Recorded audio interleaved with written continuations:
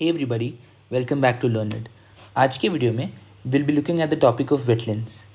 हमारे previous lecture में we covered the topic of biodiversity conservation, जहाँ पे we studied about in situ conservation, then we moved on to ex situ conservation, and ये हमने पूरा comprehensively कर लिया था। ऑलराइट, आज के लेक्चर में which is going to be lecture number 2B, the previous lecture which was on biodiversity conservation was lecture number 2A, and उस वीडियो के एंड में I told you about the lecture layout, जहाँ पे मैंने आपको बताया था कि I'll be bringing out the lecture number 2B soon, wherein I'll be covering wetlands. And आज जो हम wetlands कवर करेंगे will do it very comprehensively. PT65 में जो करंट अफेयर्स भी दिया हुआ है उसको भी मैंने यहाँ पे यही इंक्लूड कर लिया है ताकि this becomes a one stop solution for you. So let's begin. Before going into studying wetlands completely, हम देख लेते हैं कि हम इसको कुछ सेक्शंस में डिवाइड करते हैं एंड फिर वहाँ से हम लोग कवर करते चलेंगे। ऑलराइट, सो सबसे पहले will start right from the scratch, जैसे we do will start with the basics. Will understand कि यार ये वेटलैंड्स क्या होते हैं। Okay, what are wetlands, what are the characteristic features. बाकी इकोसिस्टम से वेटलैंड्स को डिमार्केट करने के लिए सर्टन फीचर्स हैं, उनके सर्टन कैरेक्टरिस्टिक्स हैं, उनको समझेंगे।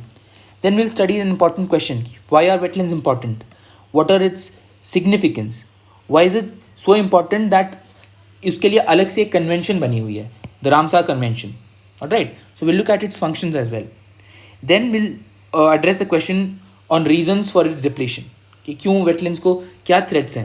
जैसे if you recall in lecture number 1 I told you about the threats to biodiversity. Alright, तो वैसे ही कुछ threats wetlands ecosystems के लिए specific हैं। तो हम जानेंगे कि उन threats की वजह से क्या हो रहा है, why are wetlands declining, why are they getting depleted. Alright, उसके बाद बेसिक्स कवर करने के बाद will move on to studying the difference between wetlands and lakes. तो विल स्टडी कि वेटलैंड्स क्या होते हैं, वो लेक से कैसे अलग होते हैं, एंड उनके थोड़े बहुत डिफरेंस समझेंगे, उनमें प्रोसेसेस कैसे एक्ट करते हैं वो समझेंगे। Then will move on to what India is doing to protect wetlands, and finally the global initiative the Ramsar convention on wetlands. Okay, तो जो नेशनल इनिशिएटिव्स हैं उसमें हम लोग देखेंगे NPCA, the National Plan for Conserving Aquatic Ecosystems, and then we'll study the Wetland Conservation and Management Rules. ये हम 2017 वाले रूल्स पढ़ेंगे which is important for your exam. 2010 में भी रूल्स आए थे, वो अपडेट होकर ही 2017 वाले रूल्स आए हैं, दोनों को हम ब्रॉडली देखेंगे। Alright, and again as I mentioned we'll end the lecture with Ramsar Convention on Wetlands, and we'll study about the Montreux Accord as well. Okay, so this is the map for the lecture on wetlands, and now we'll be starting with the basics. चलो अब basic से start करते हैं। Let's look at what on earth are wetlands. Alright, तो यहाँ पे सबसे पहले हम अगेन डेफिनेशन से स्टार्ट करेंगे, बिल्कुल स्क्रैच से स्टार्ट करेंगे। यहाँ पे मैंने आपको दो डेफिनेशंस दिया है। एक तो मैंने आपको एक फॉर्मल ऑथेंटिक डेफिनेशन दिया है which have taken from the article 1 of the Ramsar convention. Global stage पे, इंटरनेशनल फोरा पे जो चीज़ें वेटलैंड्स के बारे में एक्सेप्ट की जाती हैं, which they use to define wise use of wetlands, which they use to conserve wetlands और to promote wetlands for sustainable development, उसको ध्यान में रखते हुए एक डेफिनेशन है जो मैंने यहाँ पे लिखा है। एंड दूसरा एक डेफिनेशन है जो बहुत ही फंडामेंटल डेफिनेशन है, it's from an ecological point of view, उसको भी मैंने यहाँ पे दिया है। तो पहले हम वो जो फंडामेंटल डेफिनेशन उसको समझेंगे, then will understand the definition as per article 1 of the Ramsar convention, which is a more formal and authentic definition. Alright, so let's begin. पहले आप ये वाला इमेज देखो, what do you see? आप देख पा रहे होगे कि यहाँ पे कुछ ऐसे ग्रासलैंड्स टाइप का है, बेसिकली एक टेरेस्ट्रियल इकोसिस्टम है। एंड देन उसके एडजेसेंट में यहाँ पर वी हैव एक्वेटिक इकोसिस्टम्स, यहाँ पर भी है aquatic ecosystems. Then aquatic ecosystem के भी adjacent we have a different terrestrial ecosystem. I mean different as an same kind का है बट एक डिफरेंट है। तो ये वाला जो एरिया है, this is what we term as wetlands. They are basically a mix of different habitats. Do you get that? यहाँ पे आपको टेरेस्ट्रियल कंपोनेंट भी मिल रहा है ना, एक्वेटिक कंपोनेंट भी मिल रहा है। सो इन शॉर्ट अगर हम फंडामेंटली अगर हम वेटलैंड्स को डिफाइन करें तो wetlands are an ecotone. I tell you what an ecotone is. An ecotone is basically a transition zone between two distinct ecosystems. तो वेटलैंड्स भी तो यही कर रहे हैं। If you look at this picture and if you observe it carefully, there are transitions between terrestrial ecosystems and aquatic ecosystems in this image itself. तो wetlands बस यही चीज़ है, wetlands are transition zones between a terrestrial ecosystem and an aquatic ecosystem. बस that's it. That is a simple definition of wetland. ये आप note कर लो. अभी मैंने एक I use something known as ecotone. Ecotone क्या होता है तो इसको समझते हैं. I've taken a different image here. इससे हमें और अच्छे से समझ में आएगा. Okay? So let's understand. मैं पहले let me label out things first. जैसे मैंने आपको बताया कि ये एक टेरेस्ट्रियल इकोसिस्टम है, an always dry ecosystem, and ये एक वेटलैंड इकोसिस्टम है. सॉरी, ये एक एक्वेटिक इकोसिस्टम है which is an always wet ecosystem. ठीक है. अगर मैं ऐसे जाऊँ तो I am going away from the land based ecosystem, and मैं ऐसे जाऊँ I am going away from the aquatic ecosystem. जहाँ पे ये दोनों इंटरसेक्ट करते हैं वो वाला जो यहाँ पे रीजन बन रहा है, बेसिकली इसी को मैं वेटलैंड बोल रहा हूँ. This is a wetland based ecosystem. This is a wetland based ecosystem. अभी अगर आप देख पा रहे हो, मैं आपको फंडामेंटली एक चीज़ बताता हूँ. ये जो जोन है, this is basically a transition zone. This is nothing but a transition zone. ये वाला जो रीजन था, it is a terrestrial ecosystem. And ये वाला जो रीजन है, it is an aquatic ecosystem. And ये वाला जो मैंने आपको बताया कि टेरेस्ट्रियल इकोसिस्टम यहाँ पे चेंज हो रहा है, राइट.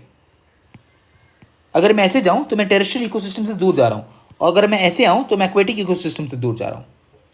तो अब इन दोनों का इंटरसेक्शन पे there is a transition zone, या तो मैं बोलूँ कि there is an intersection zone, ऐसा भी बोल सकता हूँ मैं. There is an intersection zone. Alright, there is an intersection zone. इसी को मैं वेटलैंड्स बुला रहा हूं. तो ये तो हमने लेबलिंग कर लिया. अब समझते हैं इकोटोन क्या होता है. तो इकोटोन कुछ नहीं बल्कि ये ट्रांजिशन जोन होता है. बस इतना ही होता है ecotone. So if I define it formally for you, you can take note of it. An ecotone is like a transition zone between two different ecosystems. ठीक है. लेट्स से एक terrestrial ecosystem and an aquatic ecosystem. कुछ और भी हो सकता है. For example, let's say यहाँ पे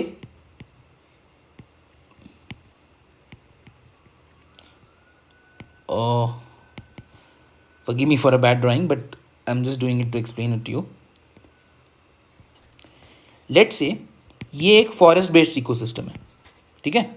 एंड ये वाला जो पार्ट है, ये एक रिवर बैंक है, ये एक रिवर इकोसिस्टम है. This is a river and this is the forest. तो मैं आपको जो बता रहा था कि यहाँ पे ना इनका ट्रांजिशन जोन है. ठीक है. This is like a transition zone. तो ये भी इस केस में एक इकोटोन है.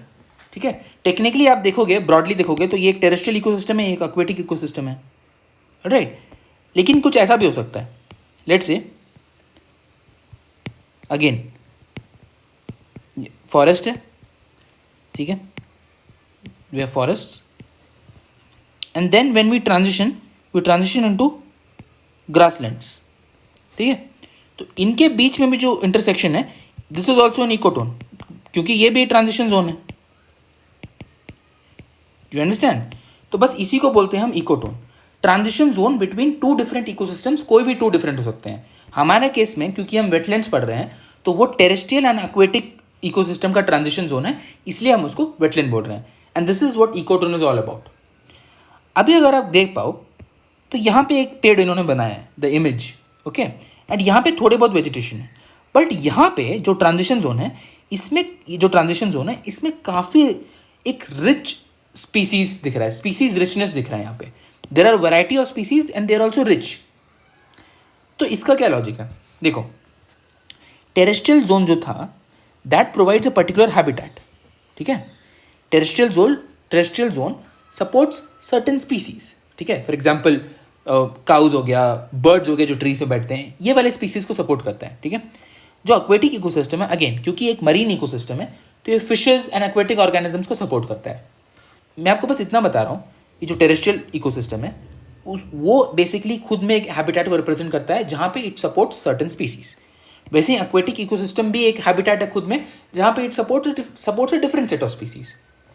अभी ये जो इकोटोन है यानी जो ट्रांजिशन जोन है, they are rich in biodiversity. आप देख सकते हो यहाँ पे they are species rich. The reason that they are rich in biodiversity because they offer a mix of habitats. मैंने आपको बताया कि अगर आप टेरेस्ट्रियल यहाँ से जाओगे दूर तो आप टेरेस्ट्रियल से दूर जा रहे हो, यहाँ से आप एक्वेटिक से दूर जा रहे हो, और ये लोग कहीं आके मिल रहे हैं. So basically they are offering a mix of habitats attracting species from both adjacent ecosystems plus their खुद का ओन स्पीसीज. आप समझ रहे हो, यहाँ से स्पीसीज अट्रैक्ट कर रहे हैं और यहाँ से भी स्पीसीज अट्रैक्ट कर रहे हैं बिकॉज ये हैबिटेट ही मिक्सड है. ये वाला habitat is a mixed habitat, mix of adjacent ecosystems. और प्लस क्योंकि ये टेक्निकली एक तीसरा खुद का हैबिटेट है, तो this is capable of growing its own species as well, supporting its own species which are not found in the adjacent ecosystems. ठीक है, तो ये आइडिया है. This is the idea of an ecotone. अभी आ जाते हैं एक और कॉन्सेप्ट पे which we call edge edge effect. Edge effect क्या होता है? एज इफेक्ट क्या होता है? तो एज इफेक्ट को समझते हैं. Edge effect basically refers to the changes in the environment that occur at the boundary or an edge of an ecosystem. ठीक है, कोई भी इकोसिस्टम के बाउंड्री में जो चेंजेस आ रही हैं, फॉर एग्जांपल लेट्स से मैं यही वाला एग्जांपल ले लेता हूँ, फॉरेस्ट एंड रिवर वाला. तो फॉरेस्ट का एंड यहाँ पे मीट करता है एक रिवर बैंक के साथ, एंड जैसे we studied this particular zone is the transition zone, तो this acts as an ecotone. चलो ये तो हमने समझ लिया है. तो अभी एज इफेक्ट का कॉन्सेप्ट यहाँ पे कैसे अप्लाई होता है इसको समझते हैं. मैंने आपको बताया कि edge effect refers to the changes in the environment that occur at the boundary और एज ऑफ एन इकोसिस्टम, इसलिए इसका नाम है एज इफेक्ट. फॉरेस्ट इकोसिस्टम का एज कहाँ है? यहाँ पे. रिवर इकोसिस्टम का एज कहाँ है? यहाँ पे. तो टेक्निकली जो भी चेंजेस अकर हो रही है नेचुरल एनवायरनमेंट में, are we not tending to the ecotone? Are we not going to the ecotone? We are. So basically अगर मैं बताऊँ, one common edge effect is increased sunlight penetration and wind exposure at the edge, which can affect temperature, moisture levels and types of plants and animals that thrive there. ये वाला example का मैं बता रहा हूँ आपको. ठीक है, अगर मैं आपको थोड़ा सा और सिंप्लीफाई करके बताऊँ, the plants which are found at the edge of the forest, for example यहाँ पे, are different from the plants that are found here. क्योंकि यहाँ पे लेट से सनलाइट पेनिट्रेशन ज़्यादा है, यहाँ पे ट्री कैनोपी की वजह से अलग लेवल ऑफ सनलाइट पेनिट्रेशन होगा, तो अलग लेवल ऑफ प्रोडक्टिविटी होगी. आप समझ रहे हो, मैं आपको बिल्कुल फंडामेंटली बता रहा हूँ. यहाँ पे सनलाइट पेनिट्रेशन अलग है, विंड एक्सपोजर है जो यहाँ पे वो अलग है, मॉइस्चर लेवल्स डिफरेंट है. तो यहाँ पे जो स्पीसीज ग्रो कर रहे हैं वो फॉरेस्ट वाले अपने एडजेसेंट इससे अलग होंगे.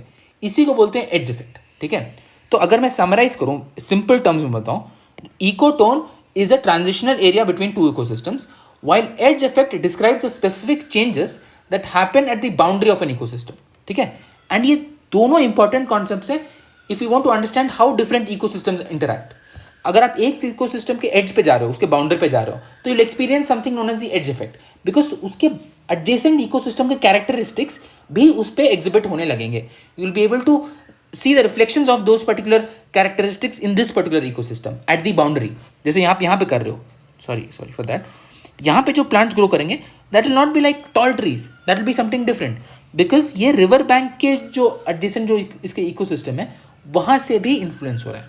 This is the entire idea of ecotone and edge effect. I hope आपको इकोटोन एंड एज इफेक्ट ढंग से समझ में आया होगा. Alright, this is important. ये बेसिक्स में भी मैंने पढ़ाया है, but this is something that you need to know to understand wetlands. तो हमने अभी फंडामेंटल डेफिनेशन ऑफ वेटलैंड्स तो देख लिया है. ठीक है, अभी हम देखते हैं ये आर्टिकल 1 ऑफ रामसर कन्वेंशन जो बोलता है उसको देखते हैं. So wetlands are basically areas of marsh, fen, peatland और वाटर, वेदर नेचुरल और आर्टिफिशियल. ठीक है, परमानेंट हो सकते हैं या टेम्परेरी हो सकते हैं. वाटर कैन बी स्टैटिक और can be flowing. Water can be fresh water, brackish water or salt water, and areas of marine water the depth of which at low tide does not exceed 6 meters. ठीक है, तो हम इसको थोड़ा सा समझते हैं कि इसके डेफिनेशन का मतलब क्या है. ठीक है, this is an official definition, इसलिए इसको समझना बिकम्स इंपॉर्टेंट. ओके, सो पहले लिखा हुआ है areas of marsh, fen, peatland और वाटर, वेदर, फिर अगेन नेचुरल और आर्टिफिशियल, परमानेंट और टेम्पररी, स्टैटिक और फ्लोइंग, ये सारा कुछ लिखा हुआ है. तो आप यहाँ पे देख सकते हो कि the Ramsar convention itself is defining it as कि ये मार्शी एरियाज हैं, फेन वाले एरियाज हैं, ऑलराइट, पीटलैंड एरिया है. मैं आपको यहाँ पे एक इमेज भी लगाया हूँ. दिस इज बेसिकली अ फेन. ठीक है, अभी जो फेन है that is also a kind of Peatland, basically इनके बीच के जो डिफरेंसेस हैं that is not very important for the exam, but मैं फिर भी आपको यहाँ पे थोड़ा सा एक्सप्लेन कर देता हूँ, just because we are studying the definition जिसमें ये दिया हुआ है. जो मार्शेस होते हैं ना, उनके जो सॉइल्स होते हैं वो बेसिकली मिनरल लेडन सॉइल्स होते हैं, और जो फेन के जो सॉइल्स होते हैं दे आर ऑर्गेनिक सॉइल्स. ठीक है, उनमें ऑर्गेनिक मैटर ज़्यादा होता है. ठीक है, दिस इज द डिफरेंस. इसलिए fen is a kind of peatland. we'll understand this more when we study wetland के functions और उनके what is the importance of that, वो कार्बन सिंक्स कैसे एक्ट करते हैं, तो वहाँ पे we'll study कि यार ये पीटलैंड क्यों बोल रहे हैं, ये क्या होता है. so we'll understand that, don't worry. अभी बस आप इतना ध्यान रखो, there are areas of marshes, fen, peatland और water. नेचुरल भी हो सकते हैं, आर्टिफिशियल भी हो सकते हैं. आगे जाके will study what are the types of wetlands. उसमें हम देखेंगे यार मैन मेड वेटलैंड्स भी होते हैं और नेचुरल वेटलैंड्स भी होते हैं. तो नेचुरल और आर्टिफिशियल हो सकते हैं. ठीक है, आर्टिफिशियल मैं आपको अभी एग्जांपल दे देता हूँ. टेक्निकली जो राइस फील्ड है ना, जो पैडी फील्ड है जहाँ पे हम राइस ग्रो करते हैं, एंड वो वाटर जो इरिगेटेड रहता है कुछ टाइम के लिए, that is a man made ecosystem, that is a man made wetland. Okay, तो वो आर्टिफिशियल हो गया. परमानेंट और टेम्परेरी. ठीक है, स्टैटिक और फ्लोइंग. ऑलराइट, वाटर जो है उसमें फ्रेश वाटर भी हो सकता है, फ्रेश वाटर वेटलैंड्स भी होते हैं, ब्रैकिश वाटर भी हो सकता है या सॉल्ट वाटर भी हो सकता है. What is the meaning of brackish water? यहाँ पे मैंने सैलिनिटी का एक चार्ट लगाया है. तो जो फ्रेश वाटर होता है उसमें obviously ponds, lakes, rivers, streams, ये सारे मोस्टली फ्रेश वाटर होती हैं. ऑलराइट, इनकी सैलिनिटी बहुत कम होती है. It's around 0.5 PPT. PPT as in parts per 1000. अगर हम ऊपर जाते हैं तो हमें, अगर मैं एक और एक्सट्रीम वाला देखूँ तो सैलिन वाटर होता है जिसका salinity is around 30 to 50 parts per 1000. Average आप 35 पार्ट्स पर 1000, 40 पार्ट्स पर 1000 रखो. ठीक है, ये मिलते हैं आपको सी वाटर में, सॉल्ट लेक्स में. इन दोनों के बीच में जो वाटर होता है उसको हम ब्रैकिश वाटर बोलते हैं. And if you notice the examples given here, mangrove swamps, brackish swamps, estuaries, ये सारे are technically are associated with wetland ecosystems. तो दोनों टाइप का हो सकते हैं, फ्रेश वाटर वेटलैंड्स भी हो सकते हैं, ब्रैकिश वेटलैंड्स भी हो सकते हैं, और इसके साथ सॉल्ट वाटर वेटलैंड्स भी हो सकते हैं. ठीक है, तो ये हो गया ऑफिशियल डेफिनेशन ऑफ रामसर. अभी यहाँ पे एक और भी दिया हुआ है इन्होंने, एरियाज ऑफ मरीन वाटर. तो मरीन वाटर भी ले लिया हमने.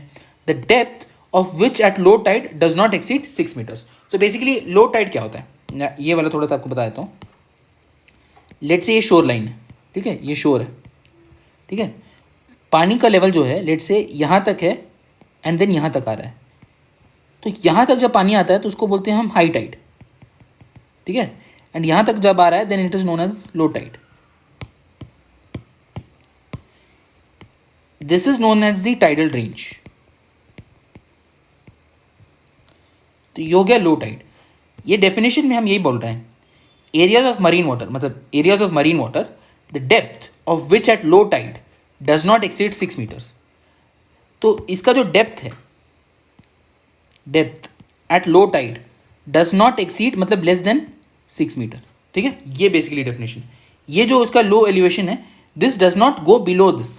ये आइडिया है, ये पार्ट ऑफ द डेफिनेशन है. तो अभी आपको मैंने ये समझा दिया, ये डेफिनेशन, एंड ये बेसिक डेफिनेशन तो हमने अच्छे से समझ लिया था थ्रू दिस पर्टिकुलर एग्जाम्पल. तो now we are done with what on earth are wetlands. अभी हम समझ चुके हैं वेटलैंड्स. अभी तो we are just getting started. आगे जाके जब हम इसके फंक्शंस देखेंगे तब आपको और डिटेल में समझ में आएगा. अभी आगे बढ़ते हैं and will look at characteristics of wetlands. What are the features of wetlands. ठीक है, तो यार देखो, वेटलैंड्स जो होते हैं ना, उनके जो सॉइल्स होते हैं they are basically anaerobic soils या हाइड्रिक सॉइल्स. हाइड्रिक सॉइल्स ऐसे सॉइल्स होते हैं which do not have enough oxygen. I will tell you why. एक बार मैं आपको पूरा कैरेक्टरिस्टिक्स बता देता हूँ, फिर मैं सबको इंटीग्रेट करके आपको एक डायग्राम से बताता हूँ. Wetlands contain hydric soils. Hydric मतलब नॉट इनफ ऑक्सीजन, या तो हम इसको एनारोबिक सॉइल्स ही बोल सकते हैं. ठीक है, wetlands are periodically flooded by adjacent deep water habitats. Wetlands के जैसे हमने देखा था ये वाला एग्जांपल, ये वेटलैंड है, they are periodically flooded by adjacent deep water habitats. आप समझ गए, तो ये इसका कैरेक्टरिस्टिक है. Wetlands contain a type of vegetation known as macrophytes या हाइड्रोफाइट्स. हाइड्रोफाइट्स क्या होते हैं अभी समझते हैं. मैं पहले आपको बस एनलिस्ट कर दे रहा हूँ. हाइड्रिक सॉइल्स करते हैं मतलब not enough oxygen, periodic flooding from nearby deep water habitats, they contain vegetation known as hydrophytes, and they contain shallow water logged soils. ठीक है, वाटर लॉगिंग हो रहा है, that area is basically water log and shallow depth है उसका. ठीक है, जो वाटर लॉगिंग हो रहा है उसका depth is very shallow, it's not very deep, and at least for 7 days in any growing season, ठीक है, एवरी ईयर। तो अब यार काफ़ी चीज़ें हो गई, इसको ना साथ में थोड़ा समझते हैं। पहले इसको इंडिविजुअली समझेंगे, फिर कंबाइन करके समझेंगे। तो यार देखो, ये जो देख रहे हो ना, दिस इज अ वेटलैंड। मैंने आपको बताया था this is kind of fan, it is kind of a Peatland. ये जो सॉइल है ये हाइड्रिक सॉइल है। दिस इज ऑक्सीजन डेफिशिएंट, इसमें ज़्यादा ऑक्सीजन है ही नहीं। आई टेल यू वाई कि ऐसा क्यों हो रहा है। ये एनारोबिक कंडीशंस में है। पीरियोडिक फ्लडिंग तो बेसिक है, मैंने आपको बताया कि एडजेसेंट जो वेट इकोसिस्टम है, जो वाटर एक्वेटिक इकोसिस्टम है, वहाँ से पीरियोडिक फ्लडिंग हो रही है। हाइड्रोफाइट्स देखते हैं। Hydrophytes are examples of something known as ecological adaptations, जो डिफरेंट इकोलॉजिकल अडेप्टेशंस होती हैं। Will talk about this in the basics video, but अभी के लिए मैं आपको एक बता रहा हूँ हाइड्रोफाइट्स, इसके बारे में समझते हैं। देखो ये जो है ना, these are basically water lilies. Water lilies are example of hydrophytes. क्यों? आप देख सकते हो, मैंने आपको बताया था कि वाटर लॉगिंग कंडीशंस होनी चाहिए, वाटर लॉगिंग कंडीशंस होनी चाहिए। तो soils are water logged, soils are hydric. The reason that they are hydric और lack oxygen because they are water logged. I tell you why just a minute. तो आप अगर ये देखोगे तो ये पानी में, इसके जो रूट्स हैं वो पानी में है, रूट से पानी में है। अभी सॉइल को उतना ऑक्सीजन नहीं है, राइट। सो इनको इस एनवायरनमेंट में अलग से इकोलॉजिकली अडेप्ट करना पड़ता है। इसका बेस्ट एग्जांपल जो है वो है मैंग्रोव्स। अगर आप मैंग्रोव्स को देखोगे, मैंग्रोव स्वम्प्स को देखोगे, because swamps are also a type of wetland. Swamps को अगर आप देखोगे तो यहाँ पर देख सकते हो कि मैंग्रोव के जो रूट्स हैं वो पानी के ऊपर आ गए हैं to take oxygen from the atmosphere, because यहाँ पे जो सॉइल है वो वाटर लॉग्ड सॉइल है। तो जो सॉइल है उसको डायरेक्टली ऑक्सीजन नहीं मिल पा रहा है, क्योंकि वाटर ने कवर कर लिया है। वो वाटर ने सॉइल का जो एक्सेस है टू ऑक्सीजन उसको रेस्ट्रिक्ट कर दिया है। तो ये रूट्स बाहर आ गए हैं, and these are called as pneumatophores. So pneumatophores are a type of ecological adaptation which are exhibited by hydrophytes. Hydrophytes are those plants which can thrive in ऐसे waterlogged environments. Basically, if somebody asks you what are hydrophytes, इनको macrophytes भी बोलते हैं। Hydrophytes are those particular species or that particular vegetation which can thrive in waterlogged environments. ठीक है, जहाँ पे जो soil है that is oxygen deficient, या soil है वो anaerobic soil है या hydric soil है। ये सारी चीज़ें एक ही बात है, hydric soil बोल लो या anaerobic soil बोल लो, एक ही बात है, ठीक है। अब यहाँ पे देख सकते हो ये जो एंटायर एरिया है कि ये पूरा वाटर लॉग्ड है, एंड यहाँ पे थोड़े बहुत वेजिटेशन है, आपको दिख रहा है आपको। We can also see certain migratory birds which are coming to this particular region. ये हम आगे जाके पढ़ेंगे कि why am I mention migratory birds, ये एक्चुअली इसका एक सिग्निफिकेंस भी है। This acts as a habitat for different migratory species as well. Adjacent ecosystems के लिए तो एक्ट करता ही है, बट मैंने आपको बताया था कि जो मिल के बनने वाला जो ट्रांजिशन जोन में जो इकोसिस्टम बन रहा है that offers a separate habitat all together, जहाँ पे ऐसे भी स्पीसीज आ जाते हैं जो एडजेसेंट हैबिटेट्स में नए होते हैं, ठीक है। तो उसको देखते हैं। कैरेक्टरिस्टिक्स हमने देख लिया, let's put it all together. तो यार देखो, ये एक वेटलैंड है, ठीक है, ये एक वेटलैंड है। अभी वेटलैंड में जो सॉइल है, मतलब वेटलैंड का जो सॉइल है ना, उसको ऑक्सीजन नहीं मिल रहा है। एटमॉस्फेयर से जो ऑक्सीजन है वो इसको नहीं मिल रहा है। तो जो सॉइल है it does not have enough oxygen, not enough oxygen. इन्हीं सॉइल्स को हम लोग बोलते हैं हाइड्रिक सॉइल्स या एनारोबिक सॉइल्स।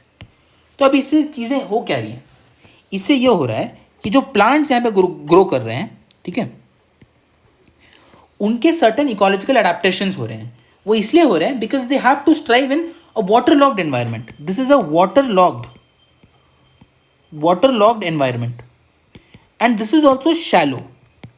सारे कैरेक्टरिस्टिक्स में एक साथ रख रहा हूँ। दिस इज ऑल्सो शैलो, ठीक है। अभी देखो वाटर लॉग्ड एनवायरनमेंट है, this is also of a shallow depth, hydric soil है, और जो प्लांट्स ग्रो कर रहे हैं उनको खुद के इकोलॉजिकल अडेप्टेशंस करने पड़ रहे हैं। जैसे मैंने आपको बताया न्यूमेटोफोर्स के बारे में, जहाँ पे रूट्स ऊपर आ गए हैं to get oxygen from the atmosphere. एक और अडेप्टेशन इनका आप ऐसे समझ सकते हो, जो रूट्स है ना, the roots are loosely bound, the roots are loosely bound. तो ये भी इसलिए है ताकि हम ऑक्सीजन एक्सट्रैक्ट कर पाए। तो ये सारे जो कैरेक्टरिस्टिक है, this is basically what a wetland ecosystem consist of. ये these are the characteristic features of wetlands. तो क्या क्या है? Hydric soils, periodic flooding from adjacent deep water habitats, hydrophytes होते हैं यहाँ पे. हाइड्रोफाइट्स क्या होते हैं? Now we know. Water lilies and mangroves are good examples. And shallow water lock soils at least for 7 days in growing season every year. ठीक है, ये आइडिया है. मतलब वाटर लॉक होना चाहिए एटलीस्ट फॉर 7 days. बाकी दिन नहीं भी हो सकता है, हो भी सकता है, बट एटलीस्ट 7 days के लिए होना चाहिए. तो आप देख सकते हो जो वाटर लेवल चेंजेस हैं यहाँ पे वो बहुत फ्लक्चुएटरी हैं. क्लाइमेट के वजह से चेंज हो जाएंगे, ठीक है, हाइड्रोलॉजी की वजह से चेंज हो जाएगा. So they can influence the level of water. Shallow water locked soil होने चाहिए at least for 7 days in the growing season every year. तो these are the characteristics of wetlands. तो अभी हमने सबसे पहले बेसिक समझा वेटलैंड का, फिर अब हमने कैरेक्टरिस्टिक्स भी समझ लिया है. अभी हम लोग चलते हैं and we understand the importance and functions of wetlands. ठीक है, क्या यार इंपॉर्टेंस क्या है वेटलैंड्स का and why are we studying wetlands in the first place.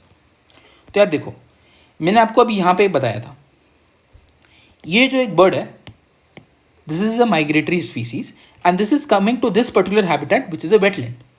ठीक है, तो wetland act as habitat to aquatic flora and fauna and numerous species of native and also migratory birds. तो ये तो इसका सबसे पहला इंपॉर्टेंस हो गया या फंक्शन हो गया. And this is very basic, आप समझ सकते हो, है ना. मैंने आपको जो इकोटोन वाला समझाया था, एक न्यू हैबिटेट बन रहा है, I have repeated it multiple times. तो वही वाला चीज़ है. जो इंपॉर्टेंट बात है, wetlands play an important role in purifying the water. They play a crucial role in water purification. ऐसा ये कैसे कर पाते हैं? सो वो क्या करते हैं? They filter out water. They act as natural filters by trapping sediments, trapping pollutants. And जो भी न्यूट्रिएंट्स है जो उस पानी के थ्रू फ्लो कर रहा है उसको वो ट्रैप कर लेते हैं. ठीक है, और ये ट्रैप कैसे हो रहा है? मैंने आपको बताया था कि यहाँ पे सर्टन वेजिटेशन ग्रो कर रहा है. तो ये जो वेजिटेशन है, अगर मैं ऑरेंज से बनाऊँ, तो ये सारे जो न्यूट्रिएंट्स हैं, जो सेडिमेंट्स हैं, पोल्यूटेंट्स हैं, उनको ट्रैप करवा देता है. ऑलराइट, या तो ये वाटर का स्ट्रीम को स्लो कर देता है ताकि ये सारे सेटल डाउन हो जाएं. तो ऐसे करके ये वाटर को फिल्टर करता है, वेटलैंड्स वाटर को फिल्टर करता है. I found a very great video. This video is by the channel Ohio DNR. आप बस टाइप करना यूट्यूब में हाउ वेटलैंड्स वर्क. एंड ये वीडियो जो है, दिस इज अराउंड 2 minutes. ठीक है, it's not very long, it's around 2 minutes. Please इसको देखना. वेरी इजी लैंग्वेज में एक एनिमेशन के थ्रू समझाया है. आप यहाँ पे देख सकते हो कि वेटलैंड में कैसे फॉस्फोरस को रिटेन किया जा रहा है. तो जब एक स्ट्रीम, यहाँ पे रेन हो रहा है, प्रेसिपिटेशन हो रहा है एंड स्ट्रीम ऐसे डाउन हिल फ्लो कर रहा है, ऑलराइट. तो वेटलैंड्स क्या कर रहे हैं? उसके थ्रू जो फॉस्फोरस आ रहे हैं और भी जो न्यूट्रिएंट्स आ रहे हैं, उसको ये जो वेजिटेशन है वो ट्रैप कर दे रहे हैं और उसको सेटल डाउन कर दे रहे हैं. उसकी वजह से क्या हो रहा है? ये जो पानी जो इधर जा रहा है लेक में, वो प्यूरिफाई हो जा रहा है. ये आइडिया है, वेटलैंड्स प्यूरिफाई वाटर. ठीक है, wetlands play an important role in water purification, filtration of sediments and nutrients from surface water. I was emphasizing इस पे इतना ज़्यादा इसलिए बिकॉज ये क्वेश्चन था जो प्रीलिम्स 2022 में आया था. Wetlands are known as kidneys of ecosystem या किडनीज ऑफ आवर प्लैनेट. जैसे मैंने आपको बताया था कि lungs of what are known as lungs of the earth, ये आप मुझे बताना in the comment section. I have explained it to you in the previous lectures. अगर वेटलैंड्स जो हैं उनको हम बोल रहे हैं किडनीज ऑफ प्लैनेट अर्थ, तो what are lungs of planet Earth? ठीक है, ये आप मुझे कमेंट सेक्शन में बताना. तो ये क्वेश्चन ऑलरेडी प्रीलिम्स 2022 में आ चुका है एंड उसका आइडिया भी यही था कि वाटर प्यूरिफिकेशन करते हैं, filtration of sediments and nutrients from surface water. ठीक है, दे help in nutrient recycling and ground water recharge. They also help in nutrient recycling because देखो यहाँ पे ना जो ऑर्गेनिक मैटर है वो बहुत ज़्यादा है, तो that is consumed by decomposers such as bacteria and fungi. अगर आप यहाँ पे देखोगे तो द ऑर्गेनिक मैटर या nutrients that is very high, इसका quantity is very very very high and that is consumed by decomposers like bacteria and fungi. तो उससे न्यूट्रिएंट रिसाइकलिंग अच्छे से होता है, right, and ground water recharge भी होता है. This is the idea. They also help in mitigating floods. ठीक है, ये कैसे करते हैं? फॉर एग्जाम्पल लेट से यहाँ पे बारिश बहुत ज़्यादा हो गई, अब नॉर्मल बारिश हो गई, इरेगुलर रेनफॉल हो गया और पानी बहुत स्ट्रीम से बहुत ज़्यादा ऐसे बहता हुआ आ रहा है. तो वेटलैंड्स क्या करते हैं? ये फ्लड्स को ऑब्जॉर्व कर लेते हैं. इनके जो सॉइल होते हैं दे soak water like sponges. Late ऐसा आ रहा है तो उसका पानी सोक कर लेगा लाइक स्पॉन्ज, तो इसलिए दे हेल्प इन मिटिगेटिंग फ्लड्स. तो ये इसका एक और इंपॉर्टेंट फंक्शन हो गया. जो सबसे इंपॉर्टेंट फंक्शन है जो हम आगे जाकर ये पढ़ेंगे, that is the idea of carbon, that is the idea of carbon sink. अभी यार इसका मतलब क्या होता है? सिंक मतलब आ रहा है, ले रहा है, ठीक है। सोर्स मतलब दे रहा है, रिलीज हो रहा है, that is the source. Sink मतलब it is getting absorb, something is getting retrieved, ठीक है। तो कार्बन सिंक का मतलब होता है कि जो वेटलैंड्स हैं वो क्या करते हैं, they can absorb and store carbon dioxide from atmosphere. इसी प्रोसेस को हम लोग नाम देते हैं, आगे जाके will study this in detail, specially in climate change. This is known as carbon sequestration. ये टर्म आप याद रखना, this is known as carbon sequestration. इसका मतलब कि they absorb and store CO2 from the atmosphere. अब ये यार करते कैसे हैं? देखो, देर आर सर्टेन वेजिटेशन, यहाँ इस ये डायग्राम दिख रहा है, ये सर्टेन वेजिटेशन है एंड ये वेटलैंड सॉइल है, ठीक है। Wetlands are typically characterized by densed vegetation, मतलब काफ़ी ज़्यादा न्यूट्रिएंट रिच होते हैं, रिच इन बायोडाइवर्सिटी होते हैं, ठीक है। These plants absorb CO2 during photosynthesis and they convert it into organic carbon. Photosynthesis इन्होंने किया और इन्होंने CO2 को कन्वर्ट कर दिया इनटू ऑर्गेनिक कार्बन, जो स्टोर हो गया इन प्लांट्स के बायोमास में। Biomass is basically the dry weight of plants. Obviously इसके बारे में भी हम आगे पढ़ेंगे when we'll study the concept of renewable energy, वो सारी चीज़ें, बायोफ्यूल्स, ये सब हमने पढ़ना है। अभी बस इतना याद रखो, ये प्लांट्स ने फोटोसिंथेसिस किया और उन्होंने कार्बन डाइऑक्साइड को ऑर्गेनिक कार्बन में स्टोर कर लिया in form of plant biomass itself, ठीक है। While a significant portion is transferred to the wetland soil through systems and litter fall, ठीक है, through root systems, ठीक है। बेसिक आइडिया आपको समझ में आ गया है। इसका मतलब ही होता है कार्बन सिंक। मैं आपको एक और एग्जांपल देता हूं। लेट्स से अगर आप पीट लैंड ले लोगे, पीट लैंड क्या हो रहा है यहां पे बताता हूं। ये अगर वेटलैंड है, यहां पे काफ़ी ज़्यादा न्यूट्रिएंट रिच है, ये न्यूट्रिएंट्स या ऑर्गेनिक मैटर है, this are nutrient rich. And मैंने आपको बताया था जो सॉइल है वो एनएरोबिक सॉइल है, the water, because there are water lock conditions, ठीक है। तो इसके वजह से क्या हो रहा है, ऑर्गेनिक मैटर का डीकम्पोजिशन रेट स्लो हो गया है, because decomposition depends on availability of oxygen, depends on the pH, depends on the temperature, moisture, ये सारी चीज़ों पे डीकम्पोजिशन डिपेंड करता है। अगेन ये will discuss in detail in the basics वाला वीडियो। अभी बस आप इतना ध्यान रखो, decomposition depends on the temperature and moisture, oxygen availability and pH of the environment as well. तो यहाँ पे क्योंकि एनाएरोबिक सॉइल्स हैं तो डीकम्पोजिशन रेट स्लो हो गया है। क्योंकि डीकम्पोजिशन रेट स्लो हो गया है, इससे क्या हो रहा है, carbon can be stored in wetland vegetation and soil and it remains relatively stable over long periods of time, preventing it from being released back into the atmosphere. तो store तो कर लिया, कार्बन का सिंक बन गया और वो काफ़ी सालों तक स्टोर्ड है, उसके बाद धीरे धीरे रिलीज हो रहा है, तो वो अलग बात है। बट ये हम काफ़ी टाइम तक उस पर्टिकुलर पॉइंट इन टाइम में हम कार्बन को स्टोर कर पा रहे हैं। ये एक बहुत इंपॉर्टेंट यूज है वेटलैंड्स का। Wetlands act as carbon sink, ठीक है। उसके बाद आ जाता है source of livelihood. Obviously wetland providers with food, water, timber wood, क्योंकि देखो वेटलैंड सिर्फ इतने नहीं होते, मैंने आपको बताया था mangrove ecosystems also part of wetlands, ऐसा भी हो गया। तो ये सारी चीज़ें हम आगे जाके पढ़ेंगे, स्पेसिफिकली मैंग्रोव इकोसिस्टम्स तो require a separate video all together, तो उसको हम आगे कवर करेंगे। अभी बस आप इतना ध्यान रखो, फूड प्रोवाइड करते हैं, water, timber wood, agriculture produce provide करते हैं। मैंने आपको बताया था कि rice and paddy field are also wetland ecosystems. They provide craft material, they provide certain medicinal plants, जो ये हाइड्रोफाइट्स होते हैं ना, जो ऐसे कंडीशंस में ग्रो करते हैं, वाटर लॉक कंडीशंस में, plant species which grow in water lock conditions, वो उसमें से कुछ ऐसे हाइड्रोफाइट्स भी होते हैं विच हैव मेडिसिनल वैल्यू, ठीक है। उनका फिजियोलॉजी ऐसा होता है which renders them with medicinal values, तो वो सारा चीज़ होता है। ये मैंने आपको अभी इंपॉर्टेंस एंड फंक्शंस पूरा बता दिया है, तो एक बार तुरंत रिवाइज कर लेते हैं क्योंकि ये काफ़ी डेंस था। Habitat to aquatic flora and fauna, water purification, इससे रिकॉल द किडनीज वाला question in prelims 2022, kidneys of the planet earth, एंड आप मुझे कमेंट्स में बताना कि what are known as the lungs of the planet earth. They help in nutrient recycling, हमने देखा कैसे।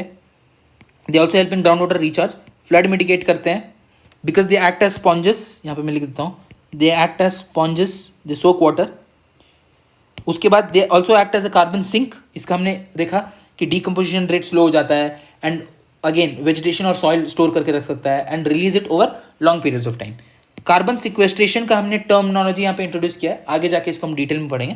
And again source of livelihood, तो आप इसको एक बार स्क्रीनशॉट ले लो।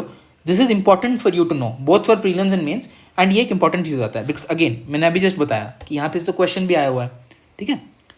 तो ये अभी हमने पूरा पढ़ लिया, basics of wetlands, characteristic of wetlands, यहाँ पे हमने जाना कि इकोटोन क्या होता है एंड एज इफेक्ट क्या होता है। उसके बाद हमने कैरेक्टरिस्टिक्स तो समझा ही, उसके बाद हमने importance and functions of wetland समझा, ऑलराइट। तो ये जो है हमने अभी बेसिक्स वाला सेक्शन कवर कर लिया है। अभी हम देखते हैं कि वेटलैंड्स डिप्लीट क्यों हो रहे हैं, what are the reasons for the depletion. तो अभी समझते हैं रीजंस फॉर डिप्लीशन, ऑलराइट। तो यार देखो, reasons for depletion he basically हम क्या पढ़ रहे हैं, हम थ्रेट्स पढ़ रहे हैं। हमने पढ़ा था थ्रेट्स टू बायोडाइवर्सिटी, जहाँ पे हमने पढ़ा था habitat loss, invasive alien species. तो थोड़ा बहुत आप वहाँ से भी रिलेट करके चल सकते हो, बट इसको अभी हम लोग देखते हैं डिटेल में। तो यार देखो अभी क्या हो रहा है, excessive pollutants are getting dumped into wetland ecosystems. Wetlands को लैंडफिल से भी फिल कर दिया जा रहा है। इससे क्या हो रहा है, हैबिटेट लॉस हो रहा है, एंड अगेन डिफॉरेस्टेशन तो हो ही रहा है। अब ये सारा मिलकर क्या हो रहा है, it's creating an ecological imbalance. Ecological imbalance की वजह से क्या होता है कि जो इकोसिस्टम का बैलेंस है वो बिगड़ जाता है। उसके वजह से it alters the population of the wetland species, जो मैं आपको बता रहा था कि it supports a lot of flora and fauna, it supports lot of native and migratory birds, native and outside vegetation as well. तो वो सारी चीज़ें डिसरप्ट हो जाती हैं, ठीक है। तो they also indirectly affect biodiversity, क्योंकि ये तो हमने बायोडाइवर्सिटी में देखा था, ऑलराइट, ये तो है ही। There is also concerning issue about conversion of wetlands for the purpose of agriculture. अभी जो नेचुरल वेटलैंड्स हैं उनको हटा दिया जा रहा है just for the purpose of agriculture, ठीक है। तो ये भी एक इशू है।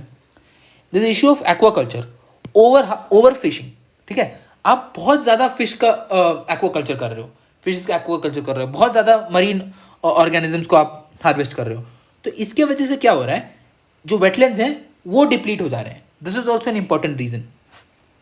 ओवर ग्रेजिंग का प्रॉब्लम है in marshy soils. Over grazing तो also affects the over exploitation जो हमने पढ़ा था। तो ये दोनों आप ओवर एक्सप्लॉयटेशन जो हमने पढ़ा था थ्रेट्स टू बायोडाइवर्सिटी में उससे रिलेट कर सकते हो।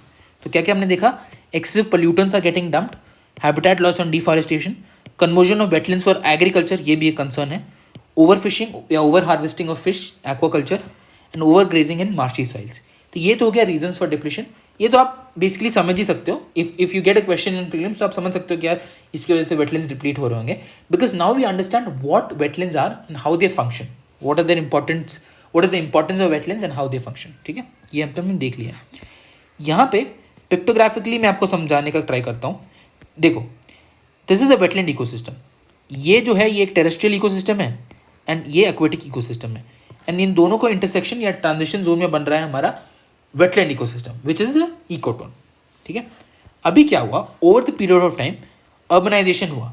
With the onset of urbanization हमने यहाँ पे इसको क्लियर कर दिया, ये वाला पार्ट को वेटलैंड्स हटा दिया, ठीक है, ये वाला पार्ट को क्लियर कर दिया, एंड इसको हमने कॉन्क्रीट स्पेस यानी कि रोड्स में या रोडवे या हाईवे इंफ्रास्ट्रक्चर में कन्वर्ट कर दिया।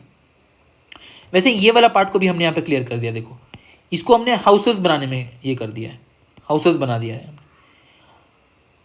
तो अभी क्या हो रहा है, बेसिकली ये जो एरिया है it is shrinking, the area is shrinking. तो टेक्निकली यहाँ पे हैबिटेट लॉस हो रहा है।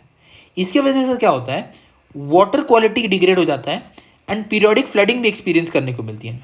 यहाँ पे हमने एग्रीकल्चर के लिए लैंड को क्लियर कर दिया है। तो ये सारे मैंने आपको बस पिक्टोग्राफिकली दिखाया है कि इसके वजह से क्या हो रहा है कि जो वेटलैंड इकोसिस्टम है वो श्रिंक हो जा रहा है एंड वहाँ के species have nowhere else to go, they are not able to survive, which is directly impacting biodiversity, ठीक है। एंड इफ़ यू रिमेंबर, मैंने आपको बताया था इन दी IPBES रिपोर्ट जो मैंने लेक्चर 1 में पढ़ाया था, loss to biodiversity is also associated with economics, ठीक है। There is also an economic cost associated जब there is loss to biodiversity, ठीक है। It's always not easy to quantify it, but there is a economic cost associated. तो ये तो हमने देख लिया रीजन्स फॉर डिप्लीशन। तो हमने तो यार देखो बेसिक्स देख लिया, कैरेक्टरिस्टिक्स देख लिया, इंपॉर्टेंस एंड फंक्शंस देख लिया, एंड रीजन्स फॉर डिप्लीशन देख लिया। Now we know everything, basics जो चाहिए होते हैं वेटलैंड्स के बारे में, अभी वो सारी चीज़ें हमने देख लिया है। अभी हम आगे बढ़ते हैं, एंड ये छोटा सा पासिंग बाय टॉपिक है but nonetheless it's also important. Wetlands and lakes के बारे में समझते हैं। यार इन दोनों में क्या डिफरेंस है, ये दोनों सेम है क्या, एंड डिफरेंट है तो कैसे डिफरेंट है। तो देखो, वेटलैंड्स आप ऐसे समझो, they are shallow water bodies. Lakes deep भी हो सकते हैं और शैलो भी हो सकते हैं, मोस्टली डीप लेक्स होते हैं। यहाँ पे जो वाटर होता है वो क्लियरर होता है, right, it's much more clear. यहाँ पे जो वाटर होता है वो न्यूट्रिएंट रिच होता है। मैंने आपको बताया था कि काफ़ी सारे वेजिटेशन होती है, जो सॉइल पार्टिकल्स है वो भी सस्पेंडेड होते हैं, राइट। तो काफ़ी सारा न्यूट्रिएंट रिच सॉइल होता है वहाँ पे, सॉरी न्यूट्रिएंट रिच ऑर्गेनिजम्स होती है वहाँ पे, not soil. Soil is anaerobic, soil is hydric, ठीक है। जो ecosystem conservation point of view से जो इंपॉर्टेंट है, या कि जिसको हम लोग क्रिटिकल मानेंगे, दैट इज वेटलैंड्स। लेक्स को अगर हमें डील करना होता है, अगर लेट्स से अगर हम लेक का कंजर्वेशन का बात कर रहे हैं, तो हम बोलेंगे कि यार ठीक है, यूट्रोफिकेशन जो इश्यूज हैं उसको हमें रिजॉल्व करना है। यूट्रोफिकेशन क्या होता है, this will discuss in the basics वाला लेक्चर, ठीक है। यूट्रोफिकेशन का इशू रिजॉल्व करना है या वाटर क्वालिटी मैनेजमेंट करना है, तो वो सारी चीज़ें हम लेक के कंजर्वेशन में पढ़ते हैं। लेकिन wetland conservation is technically linked to biodiversity conservation, okay, because wetland ecosystems are very crucial for our planet. तो ये तो हमने बेसिकली समझ लिया कि यार ये शैलो वाटर बॉडीज होते हैं एंड ये डीप भी हो सकते हैं, शैलो भी हो सकते हैं, मोस्टली डीप। तो फंडामेंटल डिफरेंस समझते हैं इनका, थोड़े बहुत पैरामीटर्स के बेसिस। तो इंडिया में जो नेशनल लेक कंजर्वेशन प्रोग्राम है, it defines lake as a lake is a standing water body with a depth more than or equal to 3 meters and covers an area of around 10 hectares or more, and इसमें basically no to little aquatic vegetation है। The aquatic vegetation found in lakes is very less. In contrast to that, अगर हम wetlands को देखेंगे तो wetlands are an ecotone. Now we understand everything about ecotone. तो ecotone है तो यहाँ पे biodiversity रिच होगा, ठीक है। इनका डेप्थ 3 मीटर से कम होता है, ठीक है। मैं आपको यहाँ पे रिलेट करना चाहूँगा रामसर कन्वेंशन का डेफिनेशन से, जहाँ पे इन्होंने लिखा था areas of marine water the depth of which at low tide conditions does not exceed 6 metres. 6 metre से ही कम, तो लो टाइड में ही 6 मीटर से कम है। तो एवरेज हम बोल सकते हैं कि यार इनका डेप्थ जो है वो 3 मीटर से कम होना चाहिए, ठीक है। They are obviously nutrient rich, अभी हमने देखा, क्योंकि यहाँ पे एज इफेक्ट हो रहा है, एंड अगेन क्योंकि यहाँ पे इकोटोन है तो it is rich in biodiversity. यहाँ पे हमने देखा था यार वेजिटेशन के टर्म्स में लेक में there is no to little aquatic vegetation, लेकिन वेटलैंड्स में aquatic macrophytes are there and they show abundant growth. There is abundant growth of aquatic macrophytes या hydrophytes, and we know what is hydrophytes. ये characteristic होता है wetlands का, जो हमने थोड़ी देर पहले देखा था। तो ये तो हो गया यार एक fundamental difference between wetlands and lakes. अभी देखो, वी नो कि wetlands have more biodiversity than lakes when compare to lakes. अभी ऐसा क्यों होता है, यहाँ पे मैंने छोटा सा एक पैराग्राफ दिया, इसको देख लेते हैं। तो wetlands generally have more biodiversity than lakes. The reasons for the same are habitat diversity. Wetlands offer diverse range of habitats due to their varying water depths, vegetation types. मैंने आपको बताया there is a variety in the vegetation type because there is species diversity at the ecotone and water locked conditions, ठीक है। The diversity of micro habitats provides niche for wide variety of species. Ecological niche and ecological habitat are different terms. ये इसका difference भी हम basics वाले में cover करेंगे, ठीक है। तो अभी बस देखो कि हैबिटेट डाइवर्सिटी की वजह से wetlands have more biodiversity than lakes. Wetlands offer a nutrients rich environment. Now we know how. They are nursery and breeding grounds. Many species use wetlands as important nursery and breeding areas, providing a safe environment for the young to grow and develop. There also migration stopovers. मैंने आपको बताया था कि उसका इनका एक important function ही है कि they provide home to native and migratory birds both. Wetlands serve as critical stopover points for migratory birds, allowing them to rest and refuel during long journeys, further contributing to their higher biodiversity. तो बाहर से भी आके यहाँ पे rest कर रहे हैं, तो it is technically contributing to even further species diversity.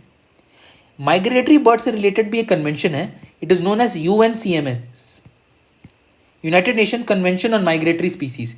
ये हम पढ़ेंगे इंटरनेशनल कन्वेंशन वाला पार्ट में आगे जाके। I am just telling you ताकि आपको याद रहे, I will also write it. Migratory bird से जो कवर करता है, this the international convention UNCMS, united nations convention on migratory species. इसको हम आगे जाके पढ़ेंगे। And again they are transition zones, तो इकोटोन्स हैं, नाउ वी नो। तो अभी हमने वेटलैंड्स और लेक्स के बीच में एक फंडामेंटल डिफरेंस देख लिया। तो अभी फाइनली बस एक टेबल देखते हैं एंड इसके बाद इस टॉपिक को वाइंड अप करेंगे and then will move head with national and international initiatives. चलो स्टार्ट करते हैं। यहाँ पे मैंने लेक्स और वेटलैंड्स को अगेन कंपेयर किया है फंडामेंटल डिफरेंस तो हमने देख लिया, थोड़ा सा और डिफरेंसेस देख लेते हैं। यहाँ पे आई have taken certain parameters and उसके बेसिस में हम डिफरेंसेस को समझेंगे। तो सबसे पहले तो आप ये ध्यान रखो, जो लेक्स होते हैं they have higher oxygen levels, and जो वेटलैंड्स होते हैं वो न्यूट्रिएंट रिच तो होते हैं, बट उनका जो सॉइल होता है वो हाइड्रिक होता है, यानी कि it does not have enough oxygen. ठीक है, एनारोबिक कंडीशंस होते हैं। जो ओरिजिन है लेक्स का, ये जो फॉर्मेशन है, they can be of variety of kinds. तो आप देख सकते हो there are various processes, for example tectonic activity, example are rift lakes. Recall करो rift valley lakes connected to physical geography, जो 11th क्लास की एनसीईआरटी है, उसमें जो जियोमॉर्फिक प्रोसेस का चैप्टर है उसको लिंक करते चलो। ग्लेशियल एक्टिविटी से भी लेक्स बन सकते हैं, for example moraine dammed lakes. Volcanic activity के थ्रू लेक्स बनते हैं जिनको बोलते हैं हम क्रेटर लेक्स। ठीक है, तो लेक्स कई तरह के प्रोसेस से बन सकते हैं। वही अगर वेटलैंड्स पे आ जाए तो वेटलैंड्स फॉर्म इन डिप्रेशंस और low lying areas where water accumulates naturally due to factors like rainfall, ground water seepage और पीरियोडिक फ्लडिंग। ठीक है, ये हो गया। नेक्स्ट जो पैरामीटर है वो है water turnover and level changes. So अगर आप लेक्स में देखोगे ना, तो लेक्स आप ऐसा समझो कि टिपिकली शांत होते हैं। Lakes are generally slower water turnover rates and relatively stabler water levels, except in cases जहाँ पे फ्लड आ जाए या ड्रॉट आ जाए। ऐसे एक्सट्रीमिटीज को अगर हम हटा दें तो लेक्स में there are slower water turnover rates and relatively stable levels, relatively शांत होते हैं। यही अगर हम वेटलैंड में देखेंगे तो वेटलैंड में जो वाटर लेवल चेंजेस होते हैं they are very frequent with fluctuations which are influenced by seasons, precipitation या कोई हाइड्रोलॉजिकल साइकिल हो गया। तो वो सारा चीज़ वेटलैंड्स को काफ़ी इन्फ्लुएंस करता है। हमने देखा था वेटलैंड्स के डेफिनेशन में ही या कैरेक्टरिस्टिक में कि वाटर लॉक सॉइल होना चाहिए at least for 7 days during the growing season of each year. At least for 7 days होना चाहिए, तो उसके बाद भी तो हो सकता है। तो ये जो वाटर लेवल चेंजेस है वो काफ़ी ज़्यादा ड्रास्टिकली हो सकते हैं या फ्रीक्वेंट हो सकते हैं in terms of wetlands. Next जो एग्जाम्पल है वो है thermal stratification and vertical mixing. तो आप देखो, ये मैंने टिपिकली एक लेक को यहाँ पे डायग्रामेटिकली रिप्रेजेंट किया है एंड यहाँ पे मैंने लेक वेटलैंड का स्कीमेटिक बनाया है।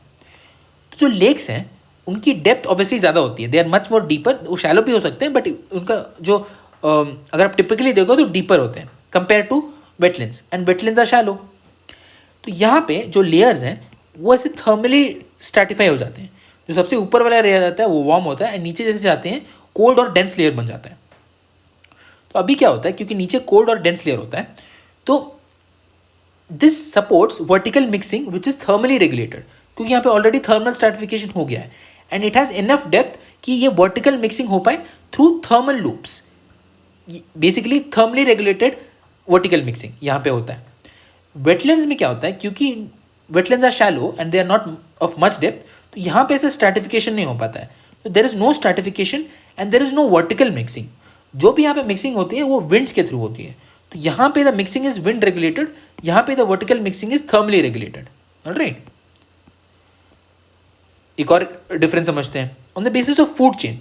अभी यार ये देखो, मैंने आपको बताया जो लेक्स है ना, they have more oxygen levels, they have clearer water and more oxygen levels, and इसीलिए they exhibit something known as grazing pathway.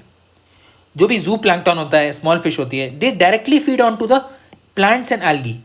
फिर उनको they are eaten by small fishes and then the small fishes are eaten by large fishes. तो ऐसे grazing pathway चलता है। The zooplankton and other very small fishes feed directly on to the plants and algae. लेकिन जो wetlands है वहाँ पे detritus pathway चलता है। अब ऐसा क्यों होता है, ये डायग्राम देखो। Wetlands are nutrient rich and there is a lot of presence of organic matter. So due to the presence of abundant plant material and organic matter, it provides food for decomposers like bacteria and fungi.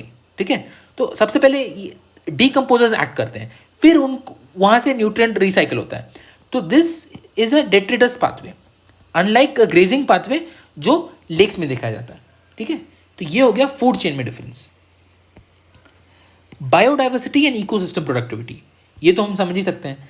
Lakes have low biodiversity क्योंकि यहाँ पे कोई एडज effect नहीं होता है, कोई ऐसा ecotone यहाँ पे नहीं बन रहा है, इसलिए इनकी प्रोडक्टिविटी भी लो है एंड बायोडाइवर्सिटी भी लो है compare to compare to wetlands. Wetlands की बायोडाइवर्सिटी हाई होती है एंड प्रोडक्टिविटी भी हाई होती है because they exhibit the edge effect and they are ecotones. We understand what edge effect and ecotone is. ठीक है, कंजर्वेशन अप्रोच मैंने आपको बताया था थोड़ी देर पहले. अगर हमें लेक्स को कंजर्व करना है तो we focus on the water quality management. जैसे we focus to address the issue of eutrophication. ठीक है, बायोमैग्निफिकेशन, ये सारी चीज़ें, ये टर्म्स क्या होती हैं हम बेसिक्स में कवर करेंगे. बस अभी इतना समझो कि there are issues in lakes like eutrophication and biomagnification. Basically water quality degrade हो जाता है लेक्स का. बायोलॉजिकल ऑक्सीजन डिमांड, ये सारी चीज़ें कॉन्सेप्ट्स हैं. डोंट वरी, ये सारा कुछ हम आगे जाके पढ़ेंगे. अभी बस आप ये टर्म्स याद रखो. वाटर क्वालिटी मैनेजमेंट फोकस करते हैं लेक्स. जो ओवरऑल बायोडाइवर्सिटी कंजर्वेशन है वो हम फोकस करते हैं इन टर्म्स ऑफ वेटलैंड्स. ठीक है, वेटलैंड्स के लिए वो फोकस करते हैं. तो वेटलैंड्स वर्सेस लेक्स का जो टॉपिक है वो कवर हो चुका है. हमने फंडामेंटल डिफरेंसेस देख लिया, बेसिक्स देख लिया कि सॉरी फॉर दैट, हमने बेसिक्स देख लिया, फंडामेंटल डिफरेंसेस देख लिया. हमने पूरा एक टैबुलेशन भी समझ लिया जहाँ पे हमने वेटलैंड्स एंड लेक्स को कंपेयर किया है. इसके बाद विल मूव हेड एंड सबसे पहले will study the types of wetlands. ठीक है, टाइप्स ऑफ वेटलैंड्स तुरंत से देखते हैं एंड फिर will study protecting wetlands in India and global initiatives करेंगे, द रामसर कन्वेंशन, एंड फिर वाइंड अप करते हैं. तो चलो let's understand the types of wetlands. Wetlands को अगर मैं क्लासीफाई करूँ तो ये क्लासिफिकेशन कुछ कर सकते हैं हम. There are inland wetlands and there are coastal wetlands. Inland wetlands can be natural और मैन मेड. वैसे ही coastal wetlands can be natural and man made. Alright, inland wetlands हो गया, फॉर एग्जांपल ऐसे समझो, मैं ऐसे कोई लैंड बना लूँ. ठीक है, एंड यहाँ पे जो है we have an aquatic ecosystem. ठीक है, ये एक्वेटिक इकोसिस्टम है. लेट्स से यहाँ पे कोई वेटलैंड है, यहाँ पे कोई टाइप ऑफ वेटलैंड है, W1, W2. ठीक है, तो ये जो वेटलैंड्स हो गए, ये W1 and W2, they are inland wetlands. And यहाँ पे लेट्स से कोई वेटलैंड डेवलप हो गया यहाँ पे, तो दे आर कोस्टल वेटलैंड्स. ठीक है, तो ये सिंपल डिफरेंस है. तो there can be inland wetlands या coastal wetlands. Inland wetlands natural या मैनमेड हो सकते हैं एंड कोस्टल भी नेचुरल या मैनमेड हो सकते हैं. एग्जांपल्स देख लेते हैं. स्वाम्प हो गया, marshes, fen, bogs, oxbow lakes. I would request you to, आप एक बार ना इसको गूगल करके इनके इमेजेस देखो तो आपको और ज़्यादा आइडिया आएगा. तो स्वाम्प्स, मार्शेस, फेन हो गया, पीटलैंड हो गया, oxbow lakes. Remember oxbow lakes, तो ऑक्सबो लेक्स भी are a type of inland wetland. Manmade wetland में हो जाते हैं reservoirs, tanks, even paddy field. Right, तो ये सारे इनलैंड वेटलैंड्स हैं जो मैनमेड की कैटेगरी में फॉल करते हैं, आर्टिफिशियल. और जो नेचुरल वाले हैं वो हैं स्वाम्प्स, मार्शेस, फेन, बॉग्स, ये सारी चीज़ें. कोस्टल वेटलैंड्स पे आ जाते हैं. कोस्टल वेटलैंड्स पहले कवर करते हैं नेचुरल वाले, नेचुरल कोस्टल वेटलैंड्स. एस्चुअरी हो गया, लगून, क्रीक, मैंग्रोव्स हो गए, the which I mentioned while teaching you the characteristics of wetlands. ये भी एक कोस्टल वेटलैंड इकोसिस्टम है. Coral reefs are also technically coastal wetlands. Salt marshes, ये सारे नेचुरल कोस्टल वेटलैंड्स हैं. अभी मैन मेड कोस्टल वेटलैंड्स देखते हैं. Aqua culture facilities, for example shrimp farms. Shrimp farms हम कोस्टल एरियाज में से कल्टिवेट करते हैं. ठीक है, कोस्टल एरियाज में से बनाते हैं, तो वो भी हो गया एक मैन मेड कोस्टल वेटलैंड का example. Salt pans, artificial lagoons. तो ये हो गया certain example of wetlands and ये हो गया द क्लासिफिकेशन ऑफ वेटलैंड्स और द टाइप्स ऑफ वेटलैंड्स. ठीक है, अभी there is something known as national wetlands atlas, जिसको पब्लिश करता है इसरो का space application centre in Ahmedabad. ठीक है, इसरो पब्लिश करता है, इसरो का स्पेस एप्लीकेशन सेंटर पब्लिश करता है नेशनल वेटलैंड्स एटलस. इसके according India has 15.26 million hectare area of wetlands. मतलब जो टोटल वेटलैंड्स है they cover 15.26 million hectare area of the country. यानी कि 4.6% of India's land area is under wetlands. Out of this 70% are under paddy cultivation. जो 4.6 of India's land area है उसमें से 30% ही natural है और जो 70% है वो अंडर पैडी कल्टिवेशन है, यानी कि ह्यूमन मेड है. ठीक है, inland wetlands constitute 69.22%, approximately 70%, and nearly 12% of inland wetland area is in form of lakes and ponds. ठीक है, तो ये जो थोड़े बहुत डेटा है आपको एग्जैक्ट फिगर्स याद करने का जरूरत नहीं है, बस आप इतना देखो कि इनलैंड वेटलैंड्स 70% है, तो कोस्टल वेटलैंड्स अराउंड 30% होंगे. एंड जो इनलैंड वेटलैंड्स हैं उस 70% में से 12% जो इनलैंड है वो लेक्स या पॉन्ड्स के फॉर्मेट में. ठीक है, तो यहाँ पे we can also include lakes and ponds, ठीक है। तो अब अभी आप बोलोगे अभी तो आपने देखा difference between lakes and wetlands, तो यहाँ पे वेटलैंड में ही लेक्स कैसे हो गया? तो यार देखो, wetland is a broader ecosystem. Lake का जो आइडिया है इट्स नैरोअर, राइट। मैंने आपको बताया लेक शैलो भी हो सकता है, right. So there can be overlap, ऐसे इसमें रिजिड डेफिनेशन नहीं है, ठीक है। तो ये वाला चीज़ हो गया। यहाँ पे मैंने अटैच किया है, ये जो है नेशनल वेटलैंड एटलस, वो कुछ ऐसा दिखता है। See, it is published by the space application centre ISRO Ahmedabad and it is sponsored by the ministry of environment forest and climate change, ठीक है। एंड मैंने आपको यहाँ पे डायग्राम दिया है, वेन वी कैन सी कि स्वाम्स क्या होते हैं, मार्शल्स क्या होते हैं, रिवर फ्लड प्लेन्स क्या होते हैं, ऑक्सबो लेक्स भी are example of inland wetlands, estuaries are example of coastal wetlands, ठीक है। तो ये आप समझ सकते हो, ठीक है। This is the entire thing. तो अभी हमने कवर कर लिया वेटलैंड टाइप्स, हमने वेटलैंड्स वर्सेस लेक्स भी देख लिया है और वेटलैंड के टाइप्स भी कवर कर लिया एंड थोड़ा बहुत नेशनल वेटलैंड्स एटलस के बारे में भी जान लिया है। Now we will be moving to the idea of protecting wetlands in the country. India में हम कैसे प्रोटेक्ट कर रहे हैं वेटलैंड्स को, क्या क्या इनिशिएटिव्स गवर्नमेंट ले रही है, तो चलिए इसको समझते हैं। अभी इंडिया में वेटलैंड्स को प्रोटेक्ट करने के लिए जो भी स्कीम्स हैं या रूल्स हैं, उसको हम ऐसे समझ सकते हैं कि यार देखो, एक तो है national plan for conservation of aquatic ecosystems, जहाँ पे हम इंटीग्रेटेड अप्रोच लेते हैं to conserve the entire aquatic ecosystem, जहाँ पे हम लेक्स, पॉन्ड्स, वेटलैंड्स ये सब कुछ साथ में देखते हैं, ठीक है। एंड अलग से अगर हमें वेटलैंड्स का कंजर्वेशन एंड मैनेजमेंट देखना है तो उसके अलग रूल्स भी नोटिफाई किए गए हैं, 2010 में भी किए गए हैं और 2017 में भी किए गए हैं, ठीक है। तो ये सब हम पढ़ेंगे। हम पहले पढ़ेंगे NPCA, which is the national plan for conservation of aquatic ecosystems, which also concerns wetlands. उसके बाद हम लोग कवर करेंगे wetland conservation and management rules of 2010, फिर उसका अपडेशन जो 2017 में आया था, and this is much more important for the exam. तो इस ऑर्डर में कवर करेंगे। तो चलिए स्टार्ट करते हैं। पहले कवर करेंगे NPCA, national plan for conservation of aquatic ecosystems. सबसे पहले तो आपको जानना है कि it is a centrally sponsored scheme.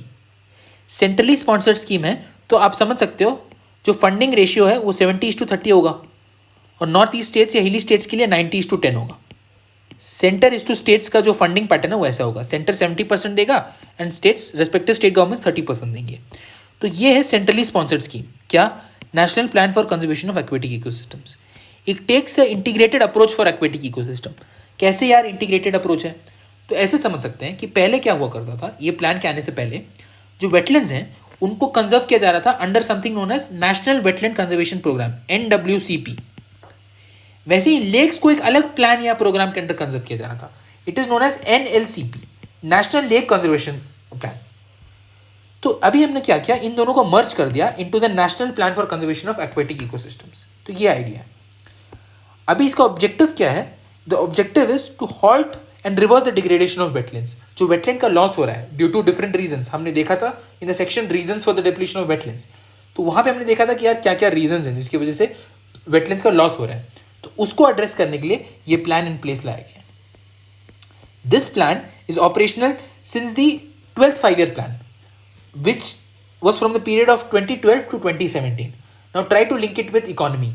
जो फर्स्ट 5-year प्लान था उसके इंपॉर्टेंट कंपोनेंट्स क्या थे, जो सेकंड 5-year प्लान था उसके इंपॉर्टेंट कैरेक्टरिस्टिक्स क्या थे, इसको आप try to link it with your economy. Okay, तो ये 12th 5-year प्लान में ऑपरेशनल हुआ था, ठीक है भाई।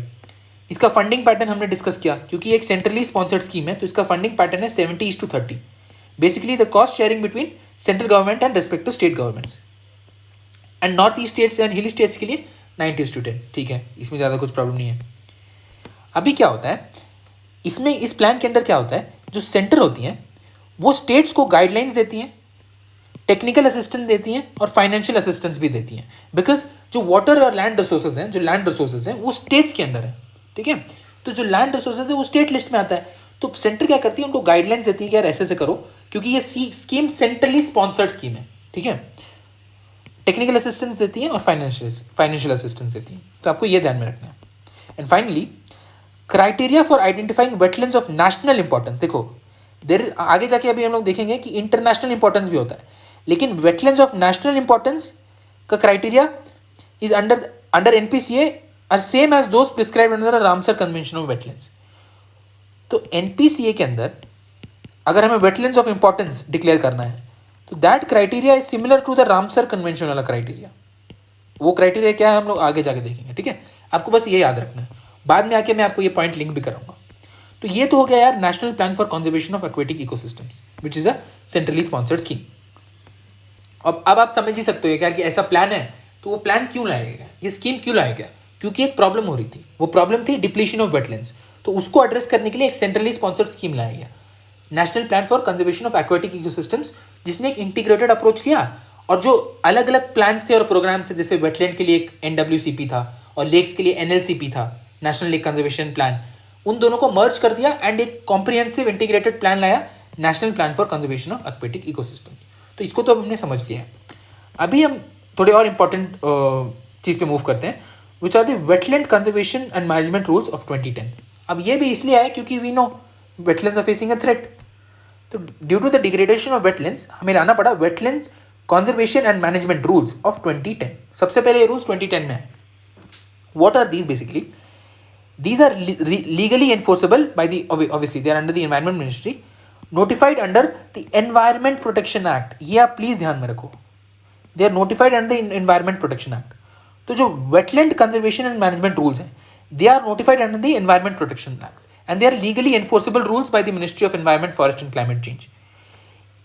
हमने पढ़ा था पिछले लेक्चर में, लेक्चर नंबर 2A में, कि जो इको सेंसिटिव जोन्स है, इको सेंसिटिव एरियाज हैं, they are also notified under environment protection act. तो ये छोटे छोटे जो पॉइंट्स हैं ये प्रीलिम्स में यूज हो सकते हैं एंड मैं आपको बाद में जब PYQs करेंगे तो देखेंगे कि क्वेश्चंस भी आए। तो प्लीज रिमेंबर दिस, ठीक है। Wetland conservation and management rules या वेटलैंड रूल्स जो हैं 2010 वाले, they are notified under environment protection act. जो भी हम लोग 2017 में पढ़ेंगे, they are also notified under environment protection act, ठीक है। तो पहला पॉइंट तो ये हो गया।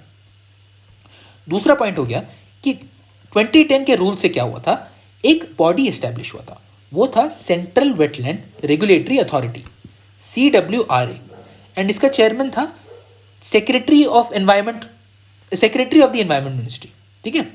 तो ये उनके चेयरमैन थे। The idea of CWRA was to overlook the implementation of these rules, क्योंकि ये रूल्स तो लीगली इन्फोर्सेबल हैं। तो वेटलैंड कंजर्वेशन एंड मैनेजमेंट के लिए जो भी रूल्स आए हैं उनके इम्प्लीमेंटेशन को देखो एंड सर्टन हार्मफुल एक्टिविटीज़ को प्रोहिबिट करो, ठीक है। हार्मफुल एक्टिविटीज़ को वेटलैंड में प्रोहिबिट करो जिससे हैबिटेट लॉस हो रहा है, ठीक है। डिफॉरेस्टेशन फॉर एग्जांपल हो गया, तो वो सारी चीज़ें हमें अवॉइड करनी है। डंपिंग ऑफ वेस्ट हो गया, तो वो जो हार्मफुल एक्टिविटीज़ हैं उनको प्रोहिबिट करना है। और उसको ओवरलुक कौन करता है? Central wetland regulatory authority which was formed under the 2010 wetland rules, wetland conservation and management rules. तो ठीक है, थोड़े बहुत एक्टिविटीज़ हैं वो है प्रोहिबिटेड, थोड़े अदर एक्टिविटीज़ हैं जो रेगुलेटेड है। जैसे एग्रीकल्चर करना चाहो तो कर सकते हो but it is regulated, aquaculture करना चाहो तो कर सकते हो, इट इज़ रेगुलेटेड। और बाकी कुछ एक्टिविटीज़ जैसे डंपिंग ऑफ वेस्ट, कुछ माइनिंग हो गया, तो वो सारी चीज़ें आर कंप्लीटली प्रोहिबिटेड। तो ये जो prohibited activities and regulated activities हैं, ये सब का जो नोडल पॉइंट है वो है central wetland regulatory authority which is headed by the secretary of the ministry of environment, ठीक है। ये मैं आपको ये क्यों बता रहा हूँ, you will get to know in little bit. Chairperson is the secretary, ठीक है, नॉट द एनवायरमेंट मिनिस्टर। तो सेंट्रल वेटलैंड रेगुलेटरी अथॉरिटी क्या करता है? Overlooks the implementation of these rules, it prohibits harmful activities and regulate certain activities. ये हमने समझ लिया। They are notified under the environment protection act and obviously they are legally enforceable, ठीक है। अभी आ जाते हैं ये वाले टॉपिक पे, wetland conservation and management rules of 2017। अभी यार देखो ये इंपॉर्टेंट है, इसमें इतने कुछ पॉइंट्स हैं, इसको ध्यान से समझते हैं। जो 2010 का रूल था उसमें एक सेंट्रल वेटलैंड रेगुलेटरी अथॉरिटी बनाया गया था, ठीक है। तो अब इन भी अगर आप देखोगे तो इसमें स्टेट्स को कोई पावर उतनी नहीं दी जा रही थी, ठीक है। तो यहाँ पे वो फेडरल इम्बैलेंस दिख रहा था। तो जो वेटलैंड का, रियली सॉरी फॉर दैट, जो wetland conservation and management rules आए 2017 में, they decentralise the idea of wetland management, they decentralise the approach, they followed something known as principle of subsidiarity. They followed something known as principle of subsidiarity. आप खुद से एक बार Google करना और देखना कि प्रिंसिपल ऑफ सब्सिडारिटी क्या होता है। And this is also link to polity. Polity में जब हम पढ़ते हैं decentralisation, delegation of powers, panchayat और म्यूनिसिपैलिटीज, तो वहां से भी ये लिंक करता है। तो please look it up, principle of subsidiarity. जो वेटलैंड रूल्स 2017 है, they promote decentralised wetland management by giving power to states and UTs. क्या पावर्स दे रहे हैं? Power to identify and notify wetlands and also to keep an eye on the prohibited activities. जैसे यहाँ पे central wetland regulatory authority था which was looking out for कौन से एक्टिविटीज प्रोहिबिटेड है एंड कौन से एक्टिविटीज को हम रेगुलेट कर सकते हैं। बट यहाँ पे ये पावर हम स्टेट्स को दे रहे हैं to identify and notify wetlands and also to keep a watch on prohibited activities. And ये करने के लिए हम क्या कर रहे हैं? We are establishing something known as the state wetland authority, SWA। अभी देखो यार, जो स्टेट वेटलैंड अथॉरिटी है ना, it is headed by the environment minister. इसलिए मैं आपको वहां पे चिल्ला के बता रहा था। Central wetland regulatory authority is headed by the, जो चेयरपर्सन है वो है secretary to the ministry of environment. यहाँ पे जो स्टेट के एनवायरमेंट मिनिस्टर्स हैं वो हैं चेयर, और साथ में कुछ और एक्सपर्ट्स भी हैं, ठीक है, कुछ और एनवायरमेंटल एक्सपर्ट्स भी हैं। तो स्टेट वेटलैंड अथॉरिटी क्यों आया? क्योंकि 2017 के रूल्स ने सोचा कि यार वेटलैंड का मैनेजमेंट और कंजर्वेशन प्रोसेस को, इस अप्रोच को थोड़ा डिसेंट्रलाइज करते हैं, थोड़ा डेलीगेट कर देते हैं to the state and union territories. तो इसलिए स्टेट वेटलैंड अथॉरिटी आया। A state wetland authority is chaired by the state environment minister of the concern state. और इनका काम क्या है? Again, identify and notify wetlands and also make a list of activities which are prohibited and regulated. तो इसका timeline में काम चलता है। देखो, 3 months के अंदर the state government should identify all wetlands अपने स्टेट में। 6 months के अंदर they should notify all wetlands and 1 year के अंदर they should make a comprehensive digital inventory of all wetlands which should be updated every 10 years। क्योंकि 10 years के बाद, क्योंकि देखो क्लाइमेट चेंजेस हो रहा है और इन्वायरमेंटल चेंजेस होते ही हैं, अर्बनाइजेशन हो रहा है, तो ये सारी चीज़ों की वजह से आपको इसको पीरियोडिकली यानी कि 10 years में अपडेट करते रहना है। तो 1 साल के अंदर आपको, मतलब 1 साल के अंदर आपको comprehensive digital inventory of all wetlands बनानी है। डिजिटल इन्वेंट्री है, ठीक है। So this is a technological step as well, तो आप इसको भी ध्यान में रखो।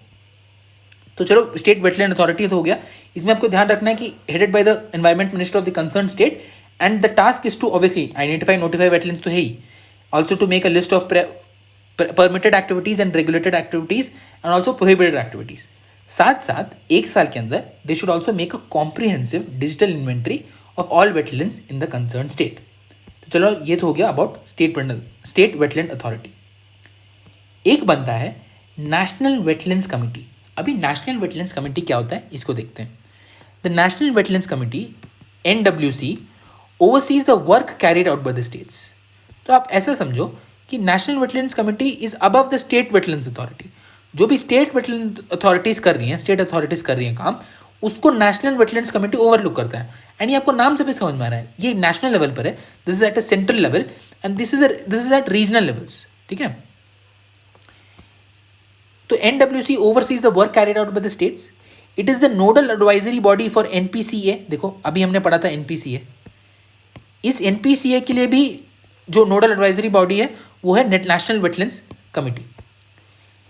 The national wetlands committee guides the state bodies on integrated management based on the wise use principal.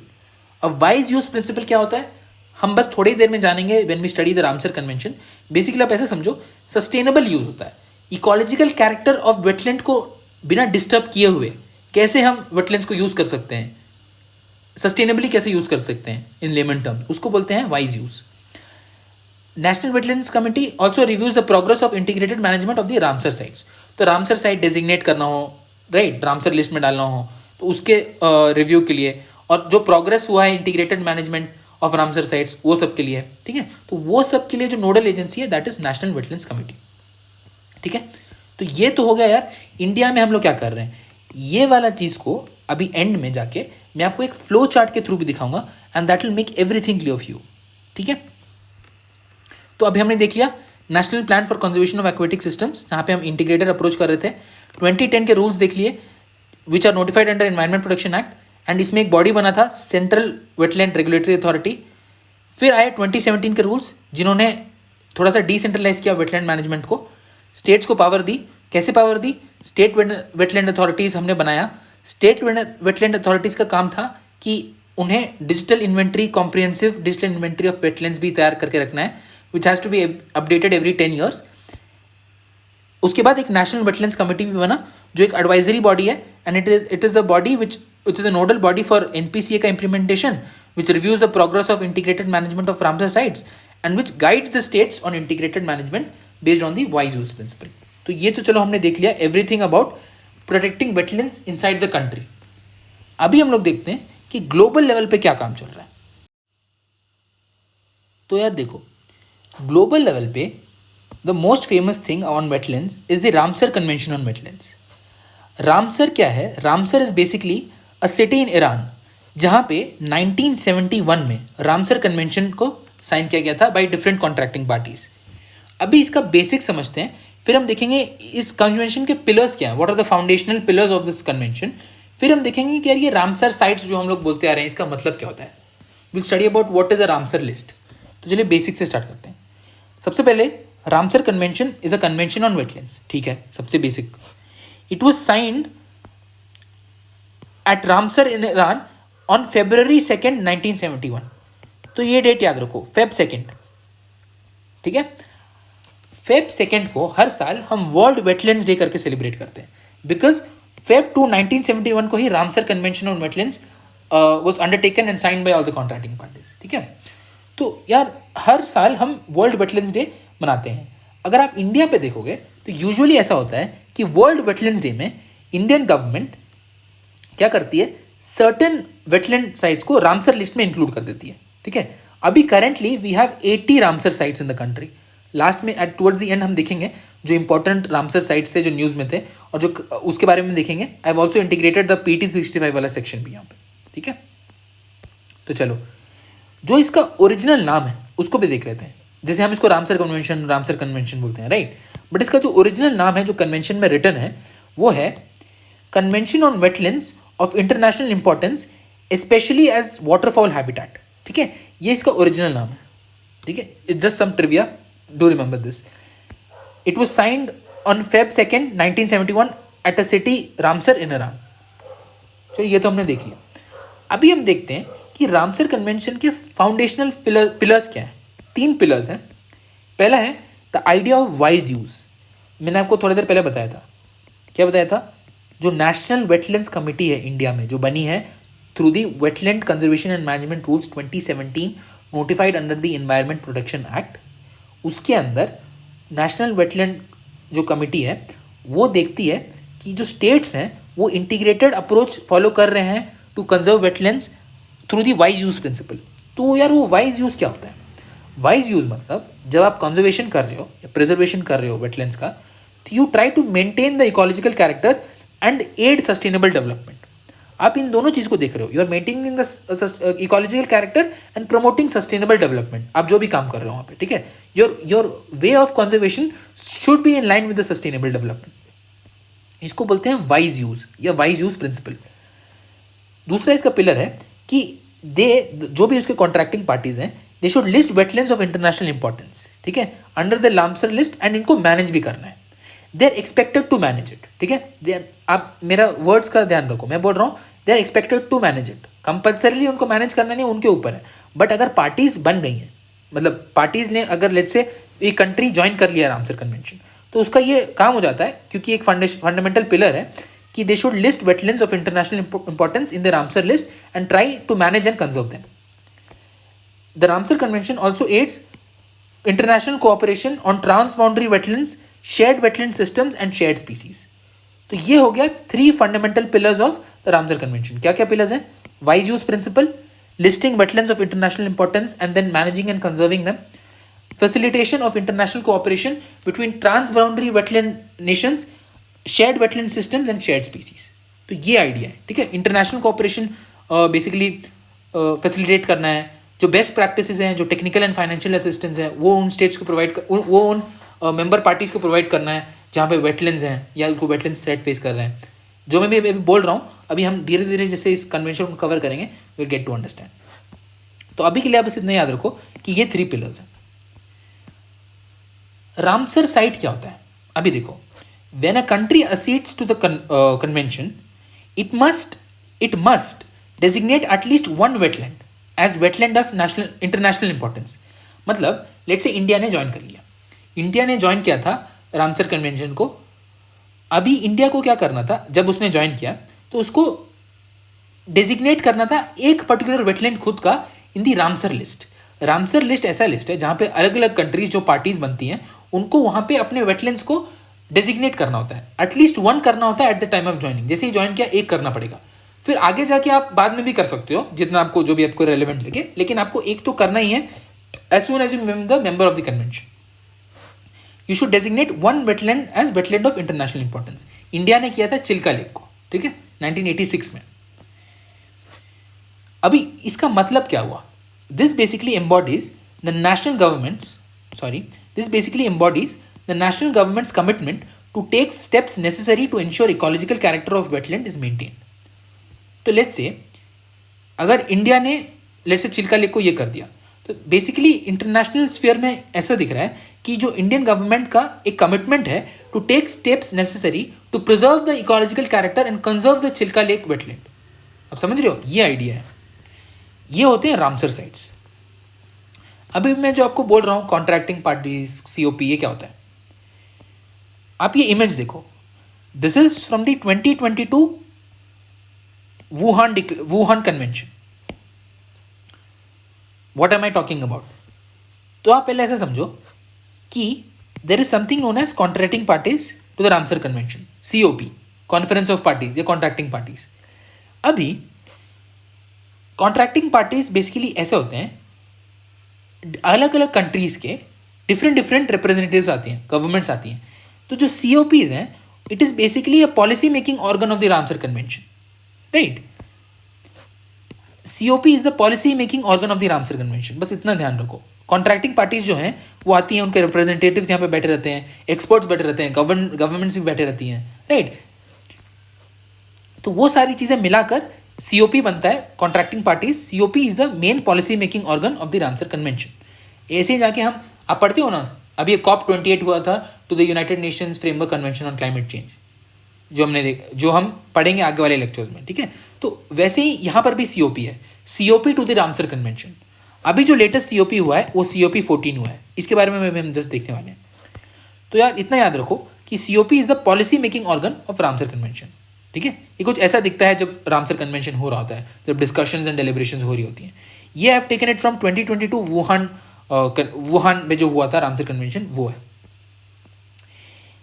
The contracting parties meet every 3 years, हर 3 साल में एक बार मिलते हैं ये लोग, ठीक है? 2018 में COP 13 हुआ था इनका, ठीक है, which was held in Dubai. So अब आपको बस अभी रिसेंट वाला एंड उसके पहले वाला याद रखना है। उससे पहले वाला is not very important when it comes to wetlands. उससे पहला वो आपको याद रखना पड़ेगा when we study climate change. Climate change के जो इंटरनेशनल नेगोशिएशंस हुए हैं उसमें जो भी COPs हुए हैं वो बहुत ज़्यादा इंपॉर्टेंट है, एंड उसको जब हम कवर करेंगे तो will cover it in great detail. अभी आ जाते हैं रामसर कन्वेंशन पे। 2018 में COP 13 टू रामसर कन्वेंशन हुआ था, held in Dubai.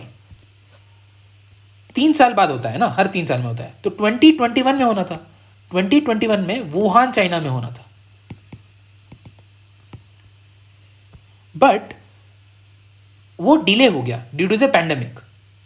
And COP 14 हुआ इन 2022, एक हाइब्रिड मोड में हुआ, वो वुहान में हुआ but in a hybrid mode.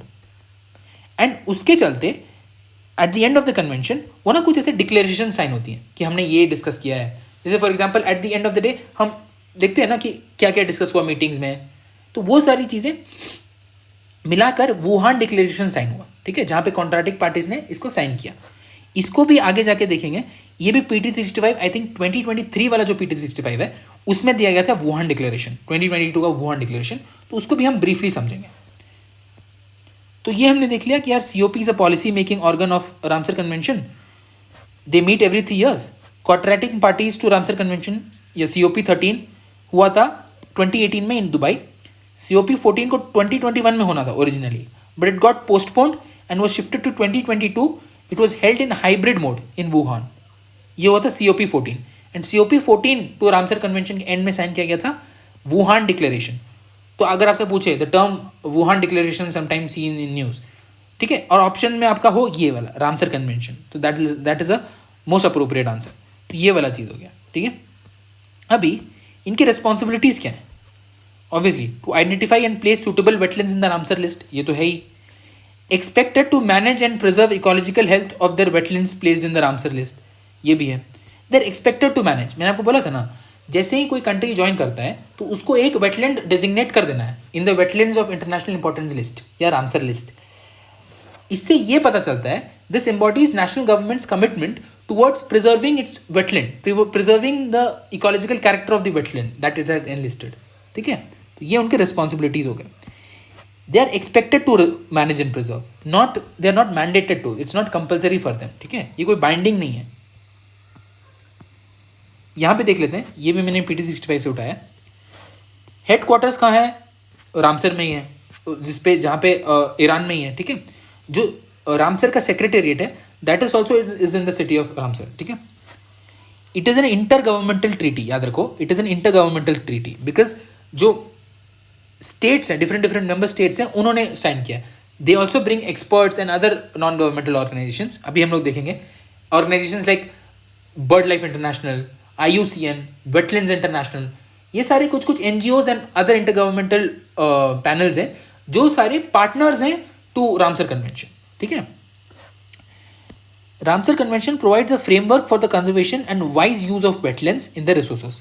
Wise use of wetlands मतलब maintenance of ecological character achieved through implementation of ecosystem approaches within the context of sustainable development, जैसे मैंने बताया था, maintenance of ecological health and ecological character through sustainable development, इसको बोलते हैं wise use principle, ठीक है। मेंबरशिप टोटली 172 कॉन्ट्रैक्टिंग पार्टीज हैं and obviously India is a party. अभी देखो, अदर की इंफॉर्मेशन में एक चीज इंपॉर्टेंट है, it has 6 formally recognised international organisation partners, IOPs। तो 6 इंटरनेशनल रिकॉग्नाइज्ड पार्टनर्स जो हैं वो फॉर्मली रिकॉग्नाइज्ड हैं, जो रामसर कन्वेंशन खुद से रिकॉग्नाइज करता है। पहला है बर्ड लाइफ इंटरनेशनल, फिर है IUCN, international water management institute, wetlands international, WWF international and wild fowl and wetlands trust, WWT। तो ये जो बॉडीज हैं इनके बारे में भी हम आगे जाके पढ़ेंगे। वेटलैंड्स इंटरनेशनल में आपको अभी बता देता हूँ, wetlands international is basically an American NGO। जैसे हमने पढ़ा था कंजर्वेशन इंटरनेशनल, याद रखो, जो ऐसे जिसमें सफिक्स आता है इंटरनेशनल फॉर एग्जाम्पल, तो वो सारी मोस्टली नॉन गवर्नमेंटल ऑर्गेनाइजेशंस होती हैं, NGOs होती हैं, ठीक है। तो वैसे ही वेटलैंड्स इंटरनेशनल और बर्ड लाइफ इंटरनेशनल ये दोनों NGOs हैं। बाकी जो है IUCN, ये तो हमें डिटेल में पढ़ना ही है। When we cover species will study the IUCN and its famous red data book. International water management institute के बारे में भी पढ़ेंगे, WWT एंड WWF इंटरनेशनल के बारे में भी पढ़ेंगे, राइट। एक और चीज़ है, Ramsar sites, let's say countries ने रामसर साइट लिस्ट कर दिया एंड लिस्ट में लेट्स से बहुत सारे नाम आ गए। अभी ऐसा पता चल रहा है कि यार लिस्ट में ना कुछ ऐसे वेटलैंड्स हैं जिनको गवर्नमेंट्स ठीक से नहीं कंजर्व कर रही हैं। उसके वजह से क्या हो रहा है कि उनका जो इकोलॉजिकल हेल्थ है वो बहुत पर्टर्ब हो जा रहा है, वो डिस्टर्ब हो जा रहा है। तो अगर किसी का इकोलॉजिकल हेल्थ बहुत ज़्यादा ग्रेव रिस्क पर है तो उनको हम अलग से एक रिकॉर्ड में इनलिस्ट कर देते हैं, which is known as the Montreux record. The Montreux record is basically a list of wetlands which are facing significant ecological threat. अभी आगे जाके हम कवर करते हैं इसको। तो ये तो हमने समझ लिया बेसिक्स। फिर हमने देखा 3 pillars, wise use, list wetlands of international importance and facilitates international cooperation. Ramsar site क्या होता है वो हमने देख लिया, ठीक है। जब भी कोई कंट्री असीड करता है तो उसको अपना एक वेटलैंड एटलीस्ट 1 डेजिग्नेट करना होता है, we know the story now. फिर हमने देखा COP, it is the main policy making organ, it meets every 3 years। COP 13 के बारे में देखा एंड COP 14 2021 में होना था बट पोस्टपोन हो गया, 2022 में हुआ। We signed the Wuhan declaration in 2022 which is related to Ramsar convention. 6 formally recognised international organisation partners, bird life international, IUCN, IWMI, wetlands international, WWF international and wild fowl and wetlands trust. Montreux record के बारे में भी हम आगे जाके पढ़ते हैं। तो ये तो डन है। नाउ लेट्स सी, मैंने आपको बताया यार wetlands of international importance list करना है, तो क्या कोई कंट्री ज्वाइन की तो वो क्या डायरेक्टली लिस्ट करवा देगी कि यार मैंने उसको मन किया कि यार ये वाला वेटलैंड लिस्ट कराना है तो हमने ये लिस्ट करा दिया? ऐसा नहीं कर सकते हैं। कोई भी वेटलैंड्स लिस्ट होता है, लिस्ट तो कराना होता है बट सर्टेन क्राइटेरियाज होते हैं जिसके बाद उसको फुलफिल करने के बाद उसको एनलिस्ट किया जाता है रामसर लिस्ट में। तो ये क्या क्या क्राइटेरिया है, and please do not memorize these criterias. आप बस एक बार देख लो, ठीक है। मैं आपको थोड़ा सा बता देता हूँ, आप भी एक बार पॉज करके इसको देख लेना। I have taken this from PT65 only. Basically the idea is to tell you कि यार कैसे कैसे क्राइटेरियाज होते हैं। आपको पूरा रटना नहीं है, आप रट भी याद भी नहीं रहेगा इतना, आप बस ऊपर से ओवरव्यू ले लो। There are certain criteria for identifying wetlands of international importance. If I simplify this, अगर किसी कंट्री को रामसर लिस्ट में कोई वेटलैंड डालना है तो उसका सर्टेन क्राइटेरिया मीट होना चाहिए। There are 9 such criteria. Contains a representative, rare or unique example of natural or near natural wetland type. ठीक है? Supports certain vulnerable, endangered or critically endangered species. Supports certain population of plant or animal species which are important for maintaining the biological diversity of that particular region. Supports ऐसे plant or animal species which are at the critical stages of their life cycles. ठीक है? Supports around 20,000 or more water birds. Supports 1% of individuals in the population of one species or subspecies of water bird. Significant proportion of indigenous fish subspecies. They also act as important source of food for fishes, spawning ground, nursery, and or migration path on which fish stocks either within the wetland or elsewhere. ठीक है? Supports 1% of individuals in the population of one species or subspecies of wetland dependent non-avian animal species. So as you can see, these criteria are very technical. ठीक है, and this is not directly relevant for the exam. कोई आपसे नहीं पूछेगा कि यार ये criteria है कि नहीं, आप बस ब्रॉडली देख लो। जैसे फॉर एग्जांपल वाटर बर्ड्स को लेकर क्राइटेरिया है, ठीक है, individuals in population of one species और सब स्पीसीज वो एक क्राइटेरिया है। Critically endangered and vulnerable species को भी वहाँ पे होना चाहिए, तो वो एक क्राइटेरिया है। ठीक है, तो ब्रॉडली आप एक बार देख लो। आई पॉज दिस, आप इसका स्क्रीनशॉट ले लो या आपको इसको पॉज करके एक बार पढ़ लो। ठीक है, आई am just keeping it here. चलो अभी विल मूव टुवर्ड्स, अभी हम देखते हैं जो मैंने बताया आपको मॉन्ट्रियल रिकॉर्ड वो क्या होता है, वो सब समझते हैं। तो यहाँ पे मैंने समझाया ये हाफ अ पेज में कि ये कन्वेंशन काम कैसे करता है, हाउ डज दिस वर्क। तो एक फ्लो, एक ऑर्डर में समझते हैं स्टेप बाय स्टेप। पहले एक कंट्री ज्वाइन करता है, फिर जैसे ही उसने ज्वाइन किया, it is listed in the international efforts for conservation and wise use of wetlands. ठीक है, अभी जैसे ही ये इसमें लिस्ट हो गया, वो कंट्री लिस्ट हो गया, तो उसको 3 चीज़ें करनी है। ठीक है, 3 चीज़ें होती हैं basically. It must designate at least one of its wetlands into the list. ठीक है, I've written this 2 times. ठीक है, it must designate at least one of its wetlands into the list, into the Ramsar list. तो मैंने एक ऐसा list बना दिया है रामसर लिस्ट बोल के, 1 2 3 4 5 160 161 ढेर सारे वेटलैंड्स यहाँ पे लिस्टेड है अलग अलग कंट्रीज के। ठीक है, it must designate at least one of it wetlands into the list, and आगे जाके और भी कर सकती है। एंड उसको डेजिग्नेट करने के लिए सर्टेन क्राइटेरिया मीट होना चाहिए, जो हमने अभी देखा, ये जो 9 क्राइटेरिया थे।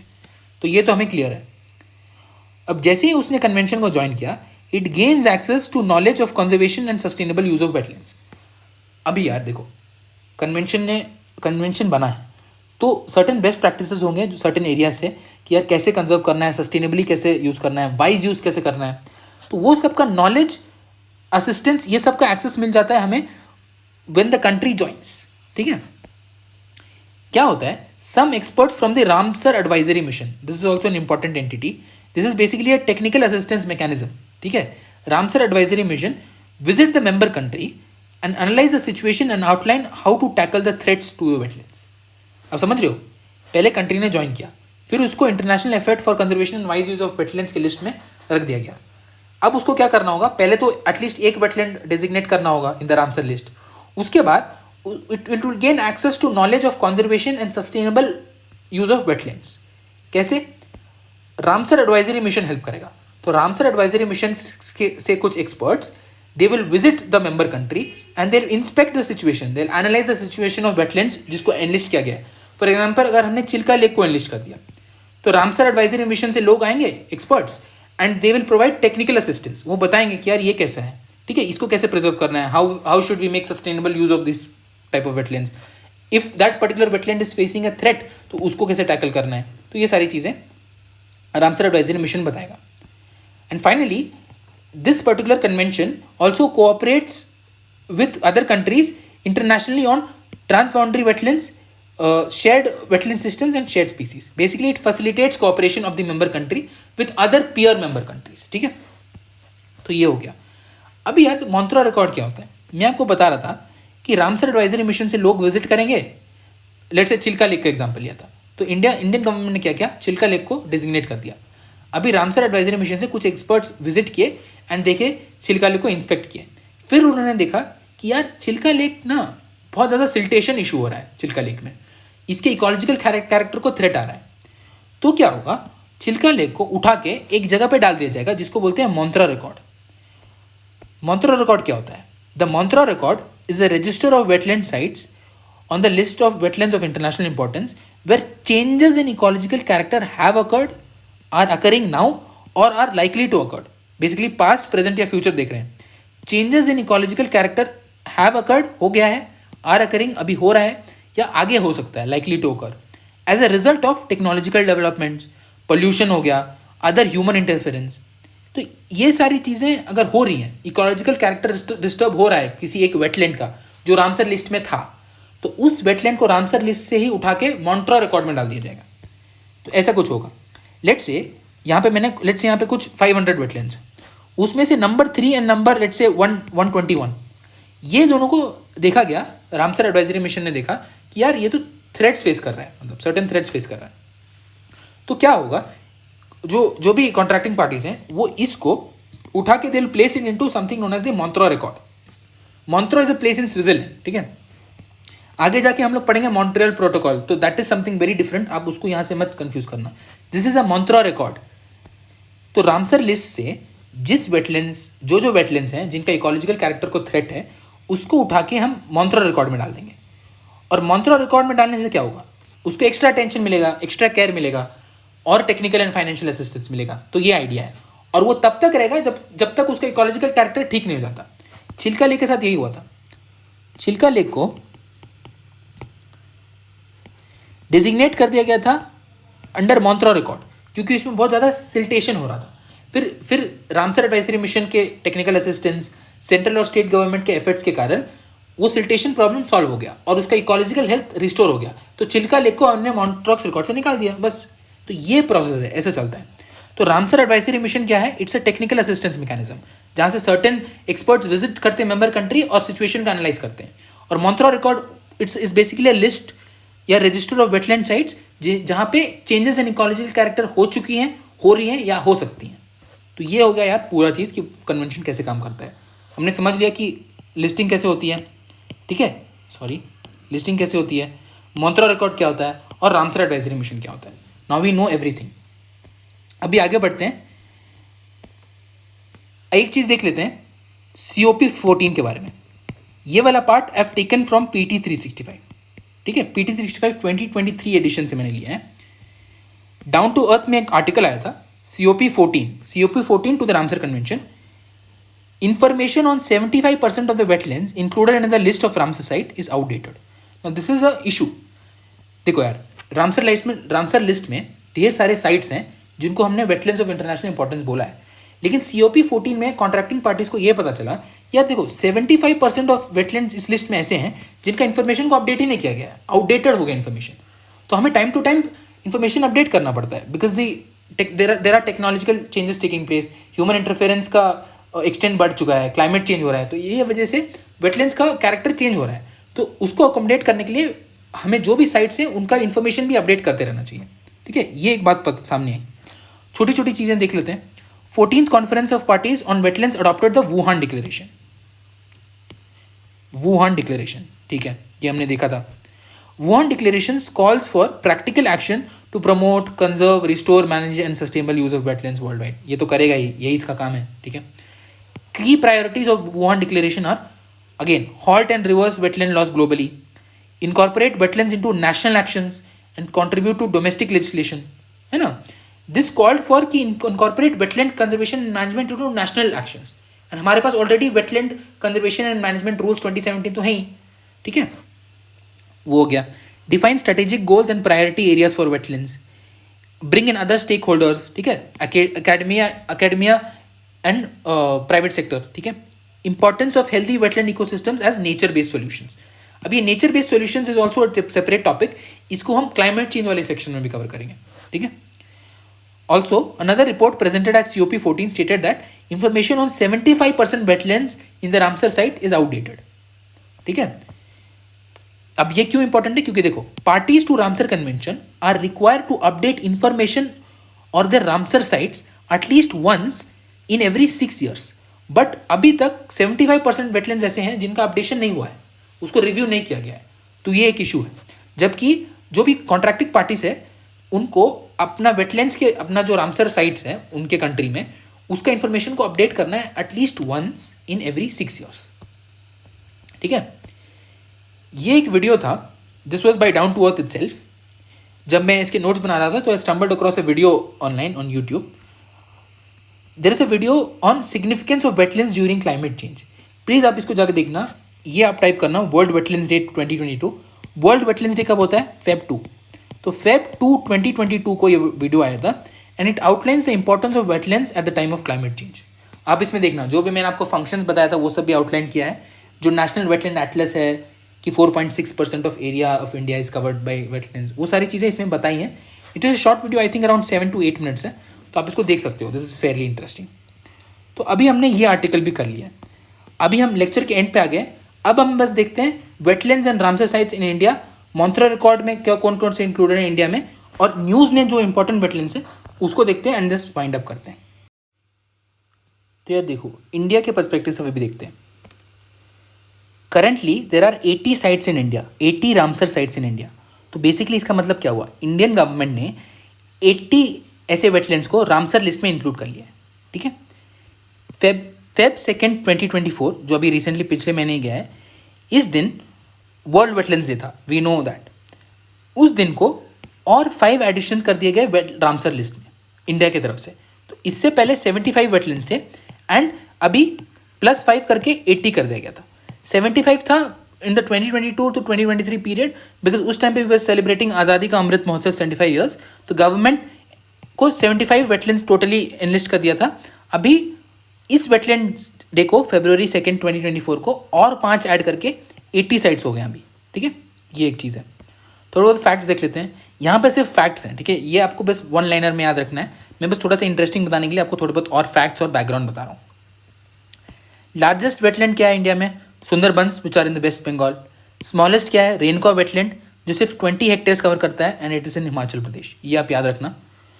जो फर्स्ट साइट इंडिया से थी वेटलैंड साइट जिसको रामसर लिस्ट में ऐड किया गया था, that was the Chilka lake which was added in 1986 to the Ramsar list. India में according to national wetland atlas, जिसको कौन निकालता है? ISRO space application research centre which is in Ahmedabad. It says कि 4.6% of land area of India is covered with wetlands. ठीक है. Around 15.2 million hectares. तो ये तो हमने देख लिया basics about Ramsar sites of India. Montreal record के बारे में देखते हैं. तो क्या हुआ था इंडिया में? अभी आप इतना समझो, 2 ऐसे वेटलैंड्स हैं जिसको मॉन्ट्रियल रिकॉर्ड में इनलिस्ट किया गया है. रामसर लिस्ट से उठा के मॉन्ट्रियल रिकॉर्ड में डाल दिया गया है. एक है केलोदेव Ghana national park in Rajasthan and दूसरा है लोकतक लेक इन मणिपुर. एक चिल्का लेक भी था लेकिन उसको अब हटा दिया गया बिकॉज आई जस्ट एक्सप्लेन कि जो सिल्टेशन का इशू हो रहा था चिल्का लेक में वो ठीक हो गया था, तो उसको वहाँ से लिस्ट से मॉन्ट्रियल रिकॉर्ड से हटा दिया गया था. Chilka Lake is in Odisha. In 1993, it was added to the Montreal record due to the siltation issue, which was basically disturbing its ecological character. तो फिर क्या हुआ? Ramsar advisory mission and state and central government के efforts के साथ वो ecological character ठीक हो गया और सिल्टेशन का प्रॉब्लम रिजॉल्व हो गया. तो later it was taken out in 2002. तो अभी चिल्का लेक मॉन्ट्रियल रिकॉर्ड में नहीं है. 1993 से लेकर 2002 के टाइम में था बट अभी नहीं है. अभी इंडिया के सिर्फ 2 ऐसे वेटलैंड्स हैं जो मॉन्ट्रियल रिकॉर्ड में. एंड अब देखो, मॉन्ट्रियल रिकॉर्ड में एनलिस्ट करना कोई अच्छी बात नहीं है. इससे बेसिकली ये पता चल रहा है कि यार not enough efforts are being taken to conserve that particular wetland. Keoladeo Ghana Rajasthan, आप याद रखो, Ghana national park in Rajasthan and Loktak lake in Manipur are the 2 from India which are in the Montreal record.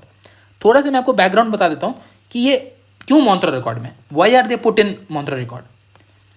Keoladeo Ghana national park में basically there is a water scarcity going on. Down to Earth में भी काफ़ी articles आए थे जिसमें they were highlighting the water scarcity in Keoladeo Ghana national park. तो उसकी वजह से हैबिटेट लॉस हो रहा है, स्पीसीज सर्वाइव नहीं कर पा रही है. ऊपर से इन्वेजिव एलियन स्पीसीज का भी इशू है केलोदेव गाना नेशनल पार्क में एंड पोल्यूशन तो है ही. तो ये सारे इश्यूज़ की वजह से इस पर्टिकुलर वेटलैंड का यहाँ पे जो है उनका इकोलॉजिकल कैरेक्टर डिस्टर्ब हो जा रहा था. तो इसलिए इसको मॉन्ट्रियल रिकॉर्ड में डाल दिया. काफ़ी ज़्यादा डिस्टर्ब हो गया था, इसलिए it is placed in the Montreal record. दूसरा था लोकतक लेक इन मणिपुर. अभी लोकतक लेक के बारे में बताऊँ, it's a very interesting lake. It is the only floating national park. It is the only floating national park in the world.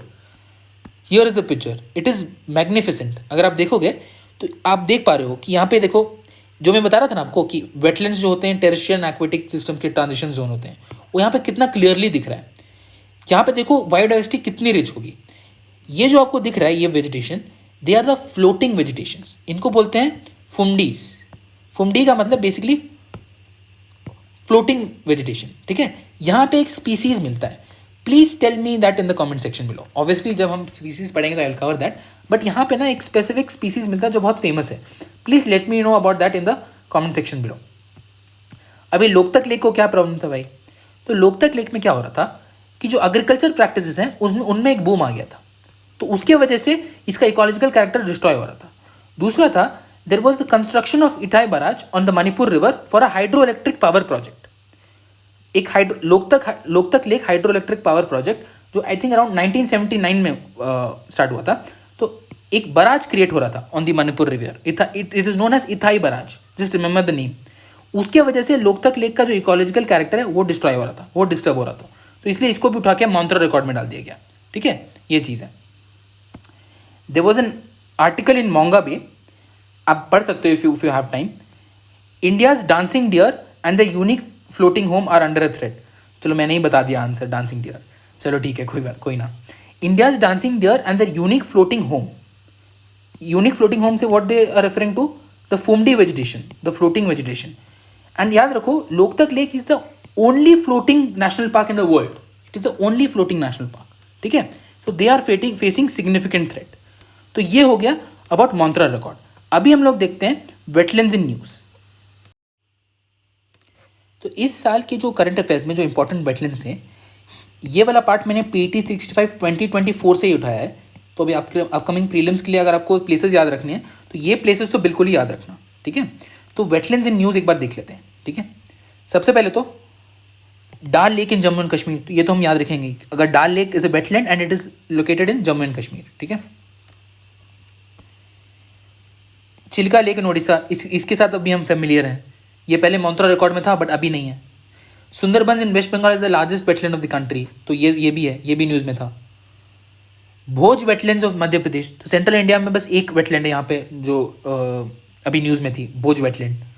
Pulicat lake, Vembanad lake wetland in Kerala. ठीक है, Kolleru lake Andhra Pradesh. तो Vembanad lake is in Kerala and Kolleru lake is in Andhra Pradesh. ठीक है, आप broadly locations भी देख लो.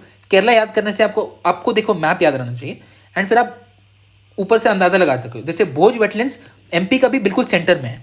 ठीक है, and Kolleru lake is here, Pulicat lake is here. ठीक है, सुंदरबंस एंड चिल्का लेक तो आपको याद रहेंगे कि ओडिशा एंड वेस्ट बंगाल में रिस्पेक्टिवली. असम में नॉर्थ ईस्ट से we have the Deepor Beel lake. ठीक है, दीपोर बील इन असम. बिहार में we have the Kabartal wetland या कंवर लेक इन बिहार. ठीक है, तो ये चीज़ है. तो ये सारे जो वेटलैंड्स हैं ये न्यूज़ में थे.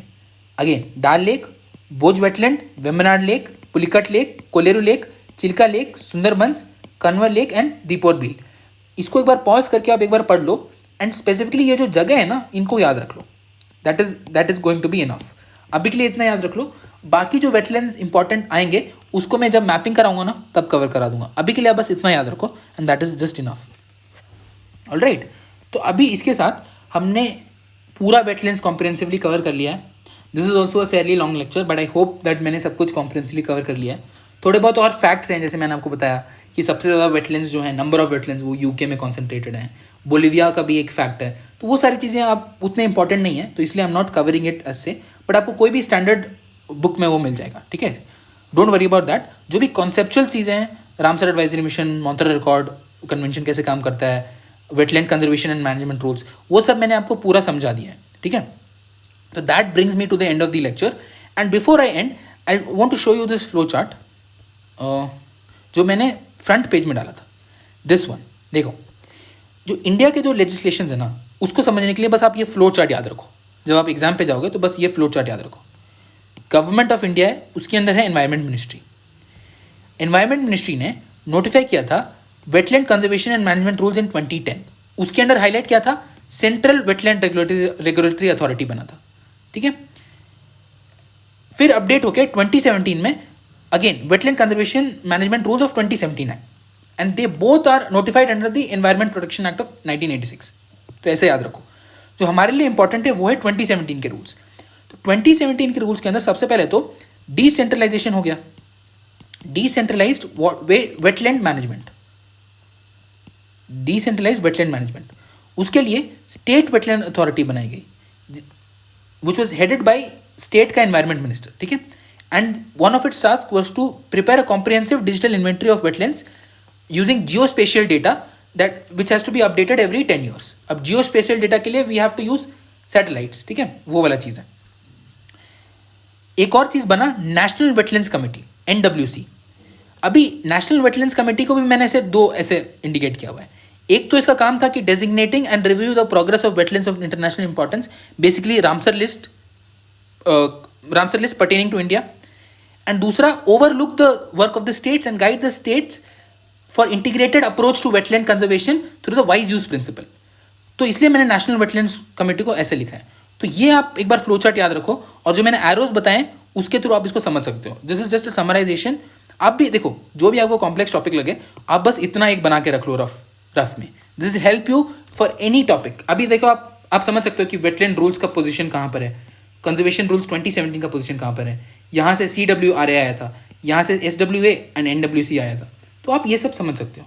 ऑलराइट, तो इसके साथ वेटलैंड्स हमने पूरा कवर कर लिया है. This brings me to the end of lecture 2B. 2A भी हमने पहले कर लिया है. अब बस एक लेक्चर बच रहा है जिसको मैं लाऊंगा कुछ दिनों में, एंड उसमें विल स्टडी बायोडाइवर्सिटी एक्ट 2002, उसका amendment and international negotiations such as UNCBD. इसके नीचे 3 प्रोटोकॉल्स हैं, Cartagena protocol, Nagoya Kuala Lumpur protocol and Nagoya protocol. अगर आप देखोगे, मैं आपको पढ़ाऊंगा, नगोया प्रोटोकॉल की वजह से ही बायोडाइवर्सिटी एक्ट 2002 आया है. तो जो भी डिटेल्स हैं एंड जो भी पॉलिसी लैंडस्केप है इंडिया में एंड ग्लोबली कंसर्निंग बायोडाइवर्सिटी, वो हम कवर करेंगे इन आर लेक्चर 3. ऑलराइट, तो यार that's it for today. I hope you enjoy the video. Again मैं चैप्टर्स डाल दूंगा, आप एक बार प्लीज़ इन्हें रिवाइज कर लेना. जो भी आपको नहीं समझ में आया, please go back to that particular chapter and rewatch it again. And कुछ भी अगर आपको डाउट्स हो, कुछ भी हेल्प चाहिए, please put it down in the comment section. So that is all for today, and I'll see you in the next one.